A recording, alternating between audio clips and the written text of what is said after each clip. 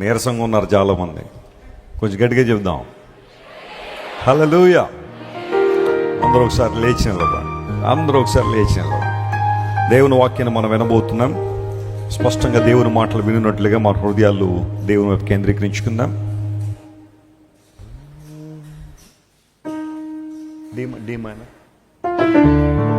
అందరం కలిసి ఒక చిన్న కోరస్ పాడుకున్న వెంటనే దేవుని వాక్యాన్ని విందాం. పాడెద హల్లెలూయా, మరణాంతము హల్లెలూయా. పాడెద హల్లెలూయా, మరణాంతము హల్లెలూయా. సదా పాడెద హల్లెలూయా, ప్రభు యేసుకు హల్లెలూయా. సదా పాడెద హల్లెలూయా, ప్రభు యేసుకు హల్లెలూయా. స్తోత్రం చెల్లింతుము, స్తుతి స్తోత్రం చెల్లింతుము. యేసునాథుని మేలులు తలచి, యేసునాథు స్తోత్రం చెల్లింతుము, స్తుతి స్తోత్రం చెల్లింతుము. బ్రదర్స్ పాడతారు ఇప్పుడు, స్తోత్రం చెల్లిద్దాం. మొదటి పల్లవిని బ్రదర్స్ పాడతారు. ఎంత చక్కగా శ్రావ్యంగా గంభీరంగా పాడతారో దయచేసి స్త్రీలందరూ కూడా ఆలకించాల్సిన మనం చేస్తున్నాం. Come on, 1 2 3 go. స్తోత్రం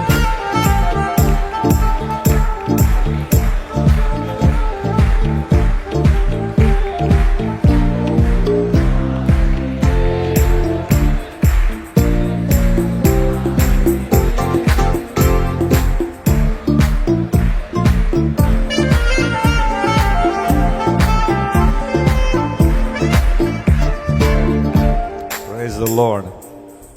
ఎంత చక్కగా చెప్పాను మీ గురించి. ఇంకొంచెం గట్టిగా పాడొచ్చు మీరు. ఓకే, ఈ లోపల స్త్రీలకు అవకాశం ఇద్దాం. This is your time. స్తోత్రం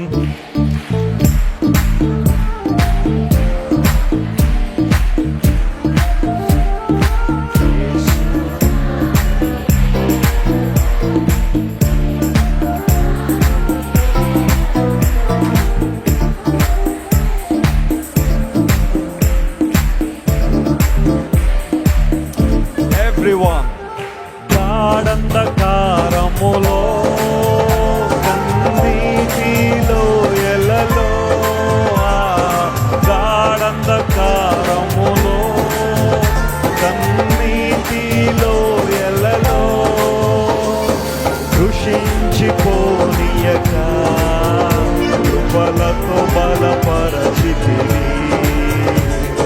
కృషించిపోనీయక అందరూ చేతులు పైకి పెట్టి చెప్పలు కొడదాం. Lift your hands and clap. స్తోత్రం చెల్లింతుము, స్తుతి స్తోత్రం చెల్లింతుము. ఎవ్రీబడీ. యేసునాథుని మేలులు తలచి, యేసునాథుని మరొకసారి. యేసునాథుని మేలులు తలచి, స్తోత్రం చెల్లింతుము. Glory, everybody, lift your voices and praise God. స్తోత్రం చెల్లింతుము, స్తోత్రం చెల్లింతుము. హల్లెలూయా,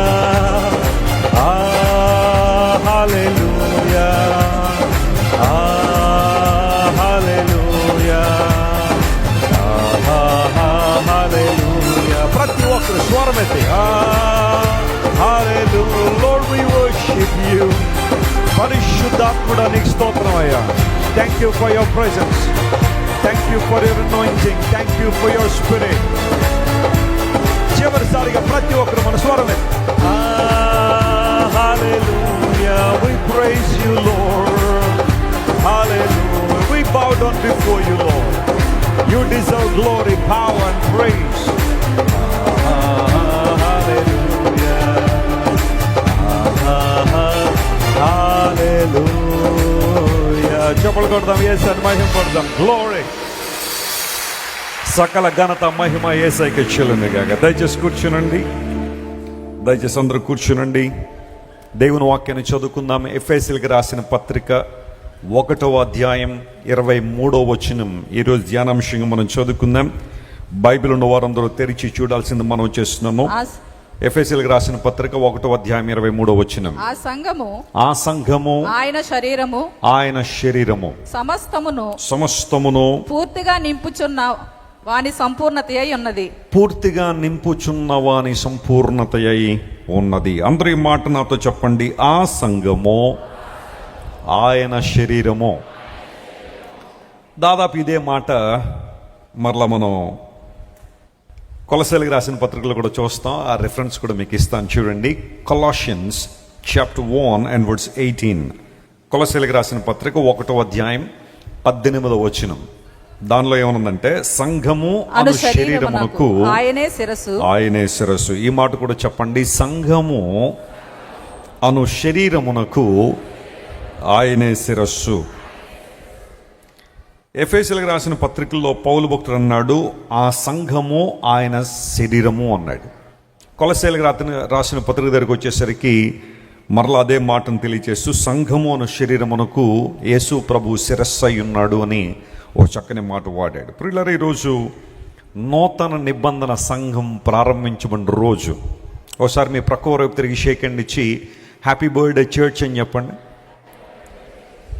ప్రైజ్ ది లార్డ్. సంఘానికి బర్త్డే ఏంటండి అంటారా? ఎస్, ఈరోజు నూతన నిబంధన సంఘం ప్రారంభించబడిన రోజు. మొదటి శతాబ్ద కాలంలో యేసుక్రీస్తు ప్రభువారు చనిపోయిన తర్వాత ఆయన మరణాన్ని జయించి తిరిగి లేచిన పునరుత్థాన ఆదివారం దగ్గర నుండి లెక్క పెడితే 50వ రోజు, 50th డే, పెంతెకోస్తు అనే పండుగ జరిగిన రోజు. ఆ రోజు పరిశుద్ధాత్మ దేవుడు సంఘం మీదకి రావడం, సంఘాన్ని బలపరచడం, సంఘాన్ని స్థిరపరచడం, అక్కడి నుంచి సంఘం యొక్క ప్రభావము చరిత్రలో మనం చూస్తాం. అంతకుముందు సంఘము అనే మాట పాత నిబంధనలో లేదా అంటే ఉంది, కానీ ఆ ఉద్దేశం వేరు. నూతన నిబంధనలో రాయబడిన సంఘము అనే మాటకున్న ప్రాముఖ్యత వేరు. పరిశుద్ధాత్మ దేవుడు సంఘం మీదకి వచ్చిన తర్వాత మరలా ప్రభువుని యేసుక్రీస్తు వారు రెండోసారి వచ్చేంత వరకు కూడా పరిశుద్ధాత్మ దేవుడు సంఘాన్ని క్రీస్తు ప్రభు రెండవ రాకడ కొరకు ఏం చేస్తారు? ఆయన సిద్ధపరుస్తున్నారు. అందును బట్టే పెంతెకోస్తు అనే పండుగ రోజున పరిశుద్ధాత్మ దేవుడు కుమ్మరించబడిన ఆ రోజు నుండి ఈ రోజు వరకు కూడా, అంటే క్రీస్తు ప్రభువు వచ్చేంత వరకు కూడా ఈ కాలాన్ని మనం ఏమని పిలుస్తామంటే పరిశుద్ధాత్మ కాలము అని పిలుస్తాం. Praise the lord. Hallelujah. This is the era of the holy spirit. పరిశుద్ధాత్మ దేవుని కాలం. పరిశుద్ధాత్మ దేవుడు మనలందరినీ కూడా క్రీస్తు ప్రభు రెండవ రాకడ కొరకు సిద్ధపరుస్తున్న కాలం ఇది. అయితే పెంతెకోస్తు అనే పండుగ రోజున పరిశుద్ధాత్మ దేవుడు సంఘం మీదకి వచ్చిన తర్వాత పేతురు నిలబడి ప్రసంగం చేస్తే 3000 మంది ప్రజలు ఆ రోజున యేసు ప్రభువును అంగీకరించారు. మొదటి శతాబ్ద కాలంలో 3000 మంది ప్రజలు ప్రభువును అంగీకరించారంటే ఆ ప్రపోర్షన్ మనం తీసుకుంటే ఈ శతాబ్ద కాలంలో, అంటే ఇన్ని సంవత్సరాలు, సుమారుగా ఒక 2000 సంవత్సరాల తర్వాత ఆ ప్రపోర్షన్ మనం తీసుకుంటే అప్పుడు 3000 అంటే ఇప్పుడు కొన్ని లక్షలతో సమానం. అంత ప్రభావవంతంగా సంఘం ప్రారంభించబడింది. పేతురు చేసిన ఒక్క ప్రసంగానికి 3000 మంది సంఘంలో చేర్చబడ్డారు. అప్పటి నుంచి సంఘము అభివృద్ధి పొందడం, సంఘం ఉన్నతమైన ఆశీర్వాదాలు పొందుకోవడం లేఖనాల్లో మనం చూస్తాం. అపోస్తుల కార్యగ్రంథం 2వ అధ్యాయంలో పరిశుద్ధాత్మ దేవుడు సంఘం మీదకి దిగి వచ్చిన తర్వాత ఆయన వారందరినీ కూడా సిద్ధపరిచారు తన కార్యాల కోసం. ఈరోజు పెంతెకోస్తు అనే ఆ పండుగ జరిగిన ఆదివారాన్ని మనం జ్ఞాపకం చేసుకుంటున్నాం. కొంతమంది పెంతెకోస్తు అంటే అదొక డినామినేషన్ అనుకుంటారు. మీది పెంతెకోస్తు సంఘం అండి అని అడుగుతారు చాలామంది. అంటే దాని అర్థం కొంతమందికి తెలియక ఆ పేరు పెడతారు. పైన పెంతెకోస్తు సంఘం అని పెడితేనే పరిశుద్ధాత్మ దేవుడు అక్కడ ఉన్నట్టు అన్నట్టుగా కొంతమంది అనుకుంటారు. వాస్తవానికి ఆ పేరు పెంతెకోస్తు అనే మాటకు అర్థం ఏంటి అంటే 50వ రోజు అని అర్థం. పెంటెకాస్ట్ అనే మాటకు 50th డే అని అర్థం, 50వ రోజు. దాని అర్థం తెలుసుకోకుండా కేవలం పెంతెకోస్తు అని అనడం వలన ప్రయోజనం లేదు. దాని అర్థం ఏంటి? జాగ్రత్త వినండి. పస్కా పండుగ అయిపోయిన తర్వాత ఆ విశ్రాంతి దినం గడిచిన తర్వాత ఆదివారం ఏదైతే వస్తుందో మొదటి పనల్లో ఒక పనను తీసుకురమ్మన్నాడు దేవుని సన్నిధికి. అది తీసుకొచ్చిన తర్వాత 50 రోజులు లెక్క పెడితే ఆ 50th డే రోజున ప్రజలందరూ కూడా క్రొత్త ఫలముతో నైవేద్యాన్ని దేవుని దగ్గర తీసుకొచ్చేవారు. దాన్ని పెంతుకోస్తు పండుగ లేదా క్రొత్త ఫలముల పండుగ అని పిలుస్తారు. మీరు లేవీకాండం ఇంటికి వెళ్ళిన తర్వాత చదివితే 23వ అధ్యాయం 15 నుండి 22 వరకు ఆ పండుగ గురించి రాయబడింది. లేవీకాండం 23వ అధ్యాయంలో 7 పండుగల గురించి రాయబడుతుంది. స్టార్టింగ్ ఫ్రమ్ పస్కా పండుగ దగ్గర నుండి 7 పండుగల వివరణ, ఇశ్రాయేలు ప్రజలు ఆచరించే పండుగలు అక్కడ ఉంటాయి. ఆ పండుగలు ఇప్పుడు మనం ఆచరించాలని కాదు, కానీ వాటి అర్థాన్ని గ్రహించి వాటిలో ఉన్న స్పిరిచువల్ మీనింగ్ ఏంటనేది మనం పరిశీలించాలి. ఇప్పటికీ కూడా చాలామంది క్రైస్తవులుగా పిలువబడుతున్న వారు పాత నిబంధనలను కొన్ని పండుగలను తూచా తప్పకుండా పాటించాలని చెప్పి మీ సంఘంలో పస్కా పండుగ చేస్తారా, చేయరా, అయితే మీది సరైన సంఘం కాదని వాదించే వాళ్ళు ఉన్నారు కొంతమంది. పస్కా పండుగ ఇప్పుడు చేయాల్సిన అవసరం ఏముంది? క్రీస్తు ప్రభువే మన పస్కా గొర్రెపిల్లగా వచ్చాడని ఆ పౌలు గారు చెప్పారు కదా. అందును బట్టి ఆచరణాత్మకంగా లేదా అక్షరానుసారంగా మనం ఆ పండుగలు ఆచరించాల్సిన అవసరం లేదు, కానీ వాటి పరమార్థం ఏంటనేది. పస్కా అనగా విడుదల పొందడం, విమోచన పొందడం. పాస్ఓవర్ అనే మాటకు మనం అర్థాన్ని చెప్పుకున్నాం, దాటిపోవుట అని అర్థం. ఇశ్రాయేలు ప్రజలు ఐగుప్తులోంచి బయటకు వచ్చేసారు. పస్కా పండుగ సమయంలో పస్కా గొర్రెపిల్ల వధించబడడం ద్వారా వారికి విడుదల వచ్చింది కాబట్టి వారు పస్కా పండుగ ఆచరించడంలో పొరపాటు లేదు. కానీ దేవుని విడుదలగా మనం క్రీస్తు ప్రభు రక్తము ద్వారా విడుదల పొందాం కాబట్టి మనం ఆత్మ సంబంధమైన పండుగలోకి మనం వచ్చాం. అందును బట్టి శారీరకంగా మరలా వాటిని ఆచరించాల్సిన అవసరం అయితే క్రొత్త నిబంధనలో లేదు. బట్ పెంటెకాస్ట్ అనే మాటకు 50వ రోజు అనగా క్రొత్త ఫలములు తీసుకురావడం, దేవుని దగ్గర తీసుకొచ్చి సమర్పించుకోవడం, అర్పణ అనే అంశాన్ని గుర్తించినప్పుడు యూదులు కొన్ని పండుగలకు ఖచ్చితంగా యెరూషలేము వస్తారు. ఒక గ్యాదరింగ్ అనేది అక్కడ ఉంటుంది. కొన్ని పండుగలు ప్రాముఖ్యంగా పస్కాకు వస్తారు. పస్కా పండుగ సమయంలో యూదులు ఎక్కడున్నప్పటికీ ఏ దేశాల్లో ఉన్నా యెరూషలేముకు రావడం ఆనవాయితీ. పెంతెకోస్తు అనే పండుగ రావడం ఆనవాయితీ. పర్ణశాలల పండుగ రావడం ఆనవాయితీ. ఫీస్ట్ ఆఫ్ టేబర్నేకల్స్ అంటారు వాటిని. సుక్కోత్ అని కూడా, పాకల పండుగ అని కూడా పిలుస్తారు కదా, దానికి కూడా వస్తారు. కొంతమంది పూరీము పండుగ కూడా వస్తారు. పూరీం అనే పండుగ ఎస్తేరు కాలం నుండి ప్రారంభించబడింది. అంటే హామాను ఇశ్రాయేలు ప్రజలను ఇబ్బంది పెట్టాలని ప్రయత్నం చేసిన ఆ సమయంలో హామాను చనిపోయిన తర్వాత ఇశ్రాయేలు ప్రజలందరూ పూరీం పండుగ ఆచరించారు. దానికి కూడా కొంతమంది యెరూషలేముకి వస్తూ ఉంటారు. అయితే కొన్ని సర్టన్ అకేషన్స్ మాత్రం అందరూ యెరూషలేముకి వచ్చినప్పుడు పెంతెకోస్తు అనే పండుగ సమయంలో కూడా ఎక్కువ మంది ప్రజలు యెరూషలేములో ఉండడాన్ని బట్టి దేవుని ప్రజలు అనగా 120 మంది దైవజనులు శిష్యులతో కలిపి యేసుప్రభు తల్లిని మరియతో కలిపి అందరూ కూడా మేడగదిలో ప్రార్థన చేస్తుంటే అకస్మాత్తుగా పరిశుద్ధాత్మ దేవుడు వారి మీదకి దిగి రావడం, అగ్ని నాలుకలు విభాగింపబడి వారి మీదకి వచ్చినప్పుడు, లేదా ఒక బలమైన గాలి వంటి ధ్వని అక్కడికి వచ్చినప్పుడు వారందరూ కూడా పరిశుద్ధాత్మ దేవుడు వారికి వాక్శక్తి అనుగ్రహించే కొలది అన్య భాషలతో మాట్లాడారని అపోస్తుల కార్యాల్లో మనం చూస్తాం. అయితే వారు అక్కడ మాట్లాడిన ఆ భాషలన్నీ కూడా అక్కడ ఉన్న వారందరికీ అర్థమైనట్టుగా కూడా ఆ తర్వాత మనం చూస్తున్నాం. వీరందరూ కూడా మన భాషల్లో మాట్లాడుతున్నారు ఏంటనే అందరూ కూడా సాక్ష్యం చెప్పారు. అదొక సూచనగా దేవుడు వారి జీవితంలో చేసిన తర్వాత సంఘాన్ని ఎస్టాబ్లిష్ చేసి అక్కడి నుంచి పరిశుద్ధాత్మ దేవుడు సంఘాన్ని నడిపించారు, దృఢపరిచారు, స్థిరపరిచారు. వారి మధ్యలో ప్రభు ఉండి అనేక అద్భుతాలు చేసినట్టుగా అపోస్తుల కార్యాల గ్రంథాన్ని మనం చూస్తాం. వాస్తవానికి యాక్ట్స్ అనే గ్రంథం బైబిల్లో మనం చూస్తాం. దాన్ని యాక్ట్స్ ఆఫ్ ది అపాసల్స్ అంటారు, అపోస్తుల కార్యములని. అయితే ఒక బైబిల్ పండితుడు ఏమన్నాడంటే దానికి సరైన పేరు మనం పెట్టాలంటే acts of the holy spirit అని పెట్టాలని, పరిశుద్ధాత్ముని కార్యాలని పెడితే బాగుంటుందని అన్నాడు. That's okay. అపోస్తుల కార్యములు చేశారు అంటే పరిశుద్ధాత్మ దేవుడు చేయించాడు కాబట్టి వారు చేశారు. హల్లెలూయా. ఆత్మదేవుని యొక్క నడిపింపు అనే ప్రత్యక్షతలు స్పష్టంగా మనం చూస్తూ ఉంటాం. అపోస్తలుడైన పౌలు అనేక సంఘాలు స్థాపించిన తర్వాత, అనేక ప్రాంతాల్లో సంఘ స్థాపన చేసిన తర్వాత ఇటు కొలసీ సంఘానికి రాస్తూ ఇటు ఎఫెసీ సంఘానికి కూడా రాస్తూ ఏమన్నాడంటే, ఒక శరీరాన్ని మనం ఊహిస్తున్నప్పుడు ఆ శరీరానికి శిరస్సు ఉన్నట్టుగానే యేసు ప్రభు శిరస్సు అయి ఉన్నాడు సంఘానికి. ఆ మిగతా భాగం అంతా కూడా శిరస్సు క్రిందున్న ఆ శరీరం అంతా కూడా సంఘమునకు పైన ప్రభు ఉన్నాడు. ఇప్పుడు చూడండి, ఒక దేహాన్ని మనం ఊహించుకుంటే, మన శరీరాన్ని మనం ఊహించుకుంటే, మన శరీరంలో ఏ అవయవం ఏ పని చేయాలి అన్నా ఎక్కడి నుంచి ఆదేశాలు రావాలి? శిరస్సు నుండే ఆదేశాలు రావాలి. ఒక చేత్తో పని చేయాలన్నా, ఒక కాలితో పని చేయాలన్నా, లేదా నడవాలన్నా, ఏ పని చేయాలన్నా ఆ కమాండ్స్ అనేవి ఎక్కడి నుంచి రావాలి? బ్రెయిన్ నుంచి రావాలి కదా. అందును బట్టే ఆ బ్రెయిన్ చక్కగా పనిచేస్తే అవయవాలు కూడా చక్కగా పనిచేస్తూ ఉంటాయి. ఇప్పుడు సంఘము అన్న శరీరమునకు శిరస్సు ఎవరంటే ప్రభువుని యేసుక్రీస్తువ.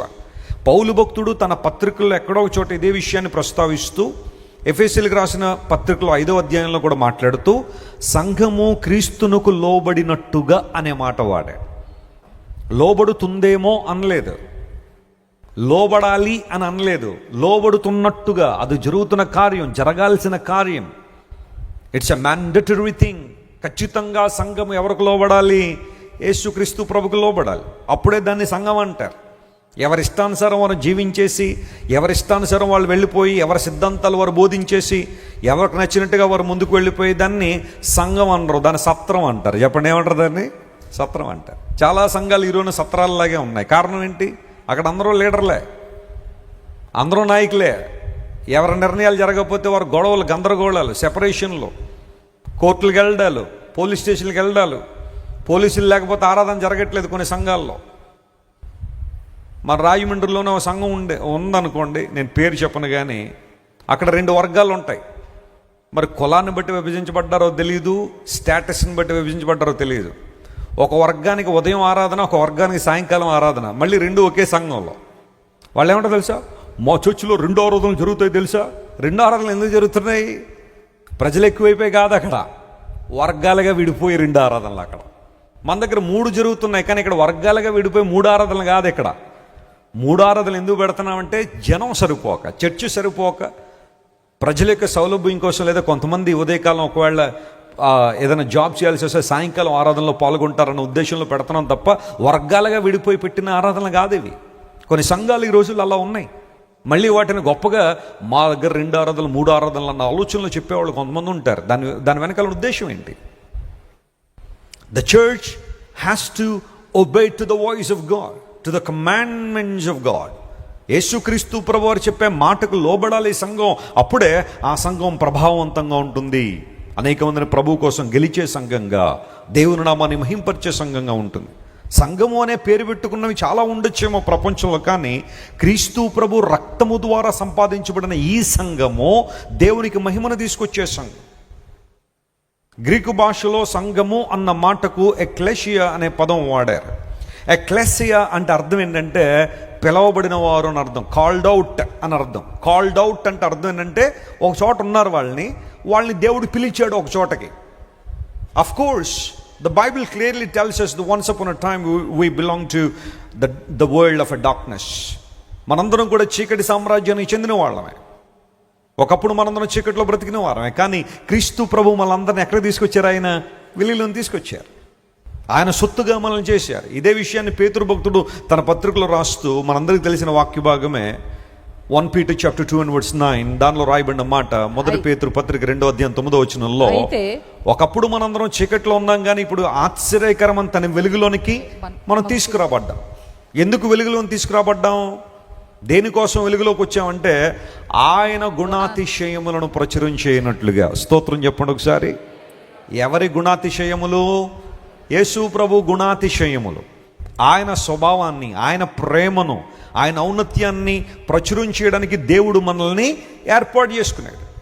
రాజులనే యాజక సమూహంగా చేశాడు. ఆయన సొత్తైన ప్రజలుగా దేవుడు మనల్ని చేశాడు. ఏర్పరచబడిన వంశము అన్నాడు. ఈ మాటలను ఎందుకు ఇచ్చాడు అంటే మనందరం యేసు ప్రభు గుణాతిశయములను ప్రచురించేయనట్లుగా. We preach the Christ crucified. Paulu భక్తుడు అన్నాడు, మేము సిలువ వేయబడిన యేసు ప్రభుని ఏం చేస్తున్నాం? ప్రకటిస్తున్నాము అని. ఆయన ప్రేమను ప్రకటిస్తున్నాం, ఆయన రక్షణ ప్రణాళికను ప్రకటిస్తున్నాం. యేసు ప్రభు రక్షకుడు అనే నినాదంతో దేవుని సంఘం ఈ లోకంలో ముందు కొనసాగుతుంది. The church is the body of Christ and Christ is the head of the church. సంఘమునకు శిరస్సు ప్రభు అని యేసు, ఆయన శరీరము మనమై ఉన్నాం, సంఘమై ఉన్నామని బైబిల్ చాలా స్పష్టంగా తెలియజేస్తాం. పూర్వదినాల్లో పాత నిబంధనలో పెంటకాస్ట్ అనే పండుగను షావోత్ అని పిలిచేవారు. షావోత్ అనగా, నేను చెప్పాను కదా ఆల్రెడీ, లెవిటికస్ చాప్టర్ 23లో 15 to 22 రాయబడిన ఆ మాటలన్నీ అక్కడ ఉంటాయి. కొంతమంది బైబిల్ పండితులు చెప్పే విషయం ఏంటంటే బహుశా అదే రోజు షావోత్ అనే పండుగ రోజు ఇశ్రాయేలుకి దేవుడు ధర్మశాస్త్రాన్ని ఇచ్చాడని. మౌంట్ సైనాయి మీద, సీనాయి పర్వతం మీద మోషే ధర్మశాస్త్రాన్ని పొందుకున్న రోజు బహుశా ఇదేనేమోనని కొంతమంది బైబిల్ పండితులకు అభిప్రాయం. అయితే ఆ పెంతెకోస్తు అనే పండుగ రోజున ఇశ్రాయేలు ప్రజలు ధర్మశాస్త్రాన్ని పొందుకున్నప్పుడు ధర్మశాస్త్రం మనిషిలో ఉన్న రెబలియస్ నేచర్ని బయటికి తీసుకొచ్చింది. అందును బట్టే ధర్మశాస్త్రం ఇవ్వబడిన ఆ సమయంలో 3,000 మంది ప్రజలు చనిపోయారు. God's wrath was on people, the people of rebellious nature. తిరుగుబాటుతనంతో ఉన్న ప్రజల మీద దేవుని ఉగ్రత దిగొచ్చేసింది. అయితే నూతన నిబంధనలో అదే పెంతెకోస్తు పండుగ రోజున పరిశుద్ధాత్మ దేవుడు సంఘం మీదకి రావడం ద్వారా 3,000 మంది ప్రజలు రక్షించబడ్డారు. స్తోత్రం చెప్పండి, హల్లెలూయా. రక్షణ ప్రణాళికను దేవుడు ఆయన ఎగ్జిక్యూట్ చేసిన తర్వాత సంఘమును సిద్ధపరచడానికి పరిశుద్ధాత్మ దేవుణ్ణి బహుమానంగా ప్రభు మనకు అనుగ్రహించారు. ప్రియులారా గమనించండి, కొంతమందిలో ఒక సందేహం రావచ్చు, పరిశుద్ధాత్మ అంటే వ్యక్తా లేదా శక్తా అని ఒక డౌట్ రావచ్చు. మీకున్న అవగాహన ఏంటో చెప్పండి. పరిశుద్ధాత్మ వ్యక్తా శక్తా? గట్టిగా చెప్పండి. వ్యక్తి. Wonderful. He is a person but he has a power. పరిశుద్ధాత్మ దేవుడు కేవలం శక్తి కాదు, ఆయన వ్యక్తి అయి ఉన్నారు. ఆయన శక్తిని అనుగ్రహించే దేవుడు. హల్లెలూయా. అందును బట్టి పరిశుద్ధాత్మను మనం అది ఇది అనడానికి లేదు. కొంతమంది తెలియక పరిశుద్ధాత్మ వచ్చిందండి, నా మీదకి వాలిందండి పరిశుద్ధాత్మ. పరిశుద్ధాత్మ దేవుడు అనే పదాన్ని వాడడం చాలా రెస్పెక్ట్ఫుల్ వర్డ్, గౌరవప్రదమైన మాట అది. పరిశుద్ధాత్మ దేవుడు అనే మాట మనం వాడాలి తప్ప పరిశుద్ధాత్మ వచ్చిందండి, ఇప్పుడే వాలిందండి, ఇప్పుడే వెళ్ళిందండి అలా మాట్లాడొద్దు. అది అవగాహన లేక కొంతమంది మాట్లాడే మాటలన్నీ. పరిశుద్ధాత్మ దేవుడు అనే పదాన్ని మనం వాడాలి. యేసు ప్రభువు వారు కూడా పరిశుద్ధాత్మ దేవుణ్ణి ఆయన అని సంబోధించారు. ఆయన వచ్చినప్పుడు అన్నారు తప్ప అది వచ్చినప్పుడు అనే మాట యేసు ప్రభువు వాడలేదు. అందును బట్టి holy spirit is not merely a power but is a person. ఆయన వ్యక్తి అయి ఉన్నారు. దేవుడు ఒక్కడే, అయితే ఆయన త్రిత్వముగా తన ప్రత్యక్షతను మనకి ఇచ్చారు. We serve only one God, but he introduces himself in 3 persons. దేవుడు ఒక్కడే, అయితే ఆయన ముగ్గురుగా తన ప్రత్యక్షతలు మనకు అనుగ్రహించారు. తండ్రి, కుమార, పరిశుద్ధాత్మ. ఈ సత్యాన్ని ప్రతి ఒక్కరు గుర్తుపెట్టుకోవాలి. ట్రినిటీ అనేది బైబిల్ చెబుతుంది, త్రిత్వము అనేది బైబిల్ సెలవిస్తుంది. కొంతమంది ఈ రోజుల్లో త్రిత్వాన్ని ఒప్పుకోవట్లేదు. త్రిత్వాన్ని ఒప్పుకోక ఏమంటారంటే, యేసు ప్రభు మీరు అనుకున్నట్టుగా దేవుడు కాదు, ఆయన కేవలం దేవుని కుమారుడు మాత్రమే, ఆయన ప్రవక్త మాత్రమే, తండ్రి అయిన దేవుడే దేవుడు, యేసు ప్రభు దేవుడు కాదని వాదించే సిద్ధాంతాలు కొన్ని ఉన్నాయి. ఇప్పుడు పరిశుద్ధాత్మను ఎలా మరి ఇంట్రడ్యూస్ చేయాలంటే, కొంతమంది అనుకున్నట్టుగా పరిశుద్ధాత్మ దేవుడు కాదు, ఆయన కేవలం శక్తే అని పరిశుద్ధాత్మ దేవుడిని ప్రక్కన పెట్టేసే పరిస్థితులు కొన్ని డినామినేషన్లు ఉన్నాయి. But Christ worship centre preaches and we believe. మనం నమ్ముతుంది, ప్రకటిస్తుంది ఏంటంటే we serve one God but he exist in 3 persons. మనం ఆరాధించే ఒక దేవుడే, అయితే ఆయన ముగ్గురుగా తన ప్రత్యక్షతను ఇచ్చారు, తండ్రి, కుమార, పరిశుద్ధాత్మ. ఇప్పుడు పరిశుద్ధాత్మ దేవుని పని ఏంటి అంటే సంఘాన్ని రెండో రాకడ కొరకు సిద్ధపరచడం. పరిశుద్ధాత్మ మనలను సర్వసత్యములో నడిపిస్తారని బైబిల్లో రాయబడి, పరిశుద్ధాత్మ దేవుడు మనల్ని ఒప్పింపచేస్తారని బైబిల్లో ఉంది. పరిశుద్ధాత్మ దేవుడు మనలో నూతన స్వభావాన్ని కలిగిస్తారు అని బైబిల్లో రాయబడి, పరిశుద్ధాత్మ దేవుడు మనకు బోధిస్తారు అని బైబిల్లో రాయబడి, పరిశుద్ధాత్మ దేవుడు మనకు సమాధానం ఇస్తారని బైబిల్లో రాయబడింది. ఇలాంటి విషయాలన్నీ మనం చూస్తున్నప్పుడు పరిశుద్ధాత్మ దేవుడు ఒక ప్రత్యేకమైన ఉద్దేశాన్ని సంఘం పట్ల కలిగి ఉండి సంఘములో తన ప్రాధాన్యతను పరిశుద్ధాత్మ దేవుడు బయలుపరుస్తున్నారు. పెంతెకోస్తు అనే పండుగ రోజున పరిశుద్ధాత్మ దేవుడు సంఘాన్ని బలపరచడం ద్వారా నూతన నిబంధన సంఘం ప్రారంభించబడింది అనే విషయాన్ని గుర్తుపెట్టుకోవాలి. కొంతమంది తెలియక ఇక్కడ ఒక విషయాన్ని కూడా మీకు చెప్పాలి. యేసు ప్రభు వారు పేతురుని చూసి ఒక సందర్భంలో ఏమన్నారంటే, పేతురు ఈ బండ మీద నా సంఘాన్ని కడతానన్నారు యేసు ప్రభు. మత్తయి సువార్త 16:18 మాట మనం చూస్తాం. 16:16 మాట మనం చూస్తాం. అక్కడ నుంచి 18 వరకు మనం చదువుతుంటే దానిలో రాయబడిన మాటలు. ఎందుకంటే పేతురు ఏమన్నాడంటే యేసు బ్రదర్కి వచ్చి, ప్రభువా నువ్వు సజీవుడు అనే దేవుని కుమారుడు, క్రీస్తువు, మనుషులు నా గురించి ఏమనుకుంటున్నారంటే రకరకాల ఆన్సర్లు వచ్చాయి. ఆ సందర్భంలో పేతురు ఆ మాట చెప్పుగానే యేసు ప్రభువారు అన్నారు, ఇది రక్తమాంసాలు నీకు బయలుపరచలే ఈ విషయాన్ని, పరలోకమందున తండ్రి బయలుపరిచారు, కాబట్టి ఈ బండ మీద నా సంఘాన్ని కడతాను అని యేసు ప్రభువు అన్నారు. ఆ మాటను పట్టుకుని ఒక డినామినేషన్ వారు లేదా ఒక విభాగం వారి క్రైస్తవులని పిలవడానికి కూడా ఒప్పుకోరు. వారికి ఒక పేరు ఉంటుంది, అదే పిలవాలంటారు. క్రైస్తవులను కూడా వారు పిలిపించుకోవడానికి ఇష్టపడరు. వాళ్ళు ఏమంటారంటే పేతురు గారి మీదే దేవుడు సంఘం కట్టేశాడు, పేతురు గారే ఇప్పుడు మనకు ప్రధాన్యం, ఆయన మీదే సంఘం కట్టబడిందని కొంతమంది పేతురు గారి చేతిలో సంఘపు తాళపు చెవులు, పేతురు గారి క్రింద సంఘం ఉన్నట్టుగా ఆ ఫోటోలు లేదా ఆ చిత్రపటాలు లేదా ఆ స్టాచ్యూస్ అన్నీ పెట్టేసి కొంతమంది పేతురు గారికే ప్రాధాన్యత, నూతన నిబంధన సంఘం ఎవరి మీద కట్టబడిందంటే పేతురు గారి మీద కట్టబడిందనే వాదన చేసేవాళ్ళు చాలామంది ఉన్నారు. అయితే బైబిల్ చెబుతున్న సత్యం, సంఘం పేతురు గారి మీద కట్టబడలేదు, సంఘం ఆంద్రేయ మీద కట్టబడలేదు, సంఘం తోమా మీద కట్టబడలేదు, సంఘం యోహాను మీద కట్టబడలేదు, సంఘం మరొకళ్ళ మీద కట్టబడలేదు. కానీ సంఘము, ఈ బండ అంటే అర్థం ఏంటో తెలుసా? నువ్వు ఏ సత్యాన్ని అయితే ఒప్పుకున్నావో, ఏ కన్ఫెషన్ అయితే నువ్వు చేశావో దాని మీద నా సంఘాన్ని కడతానన్నాడు. కానీ పేతురు మీద సంఘాన్ని కట్టలేదు. పేతురు మీద దేవుడు సంఘాన్ని కట్టుంటే ఆ సంఘం ఎప్పుడో పోయి ఉండేదే. క్రీస్తు ప్రభు మీద సంఘం కట్టబడింది కాబట్టి దాన్ని ఎవరో కదపలేరు, దాన్ని ఎవరో జరపలేరు, దాన్ని ఎవరో నాశనం చేయలేరు. చెప్పలు కూడా దేవుని మహిమపరచండి. Hallelujah. The church has been built on Jesus Christ. That's the reason the church is unshakable. చాలామంది ఈ రోజుల్లో రకరకాల స్టేట్మెంట్లు చేయొచ్చేమో. మొన్న ఎక్కడో విన్నాను, ఒకడు వచ్చి అన్నాడు, నేను చచ్చిపోయే లోపల భారతదేశంలో ఒక్క చర్చ్ కూడా ఉండనివ్వను, లేదా ఒక సంఘం కూడా ఉండనివ్వను. అది జరిగే పనేనా?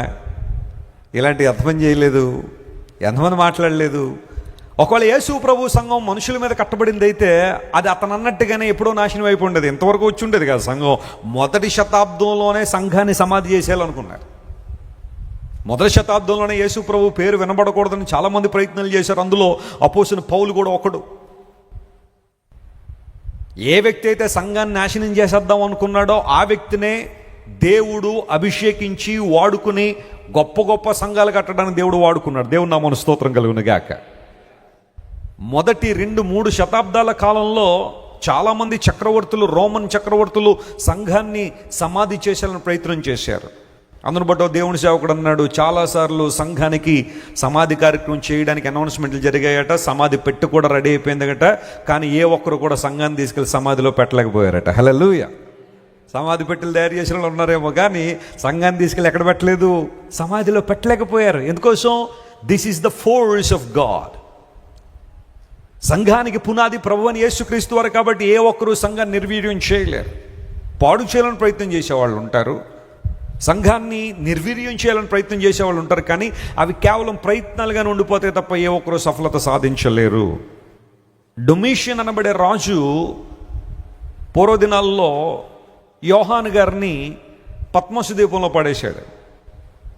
డొమిషియన్ అనే రాజు యోహాను గారిని తీసుకెళ్ళి మొట్టమొదటిగా నూనె కళాయిలో వేశాడు, కానీ యోహాను గారు అందులో చనిపోలేదు. ఇక మనం ఏం చేయలేము అనుకుని తీసుకెళ్ళి పెట్మసన్ ఐలాండ్లో వేశాడు. ఏజియన్ సముద్రంలో ఉంటుంది Patmos island. Mediterranean sea and Aegean sea రెండు కలిసే ఉంటాయి. అయితే ఇప్పుడు ఆ పద్మసు లంక ఏజియన్ సీలో పడింది, అక్కడ లొకేట్ చేశారు. ఆ ఏజియన్ సముద్రంలో ఉన్న ఆ పద్మసు లంకను మధ్యధరా సముద్రం అనుకోండి, దానిలో పద్మసు లంకలో తీసుకెళ్ళి యోహాను గారిని పడేస్తే యోహాను గారు అక్కడ 18 నెలలు ఉన్నారు. చెప్పండి, ఎంతకాలం ఉన్నాడు ఆయన? సంవత్సరంన్నర. ఈ 18 నెలల సమయం వృధా అయిపోయిందా? అవలా. దేవుడు ఆ 18 నెలల సమయంలో ఏ గ్రంథాన్ని రాయించారు?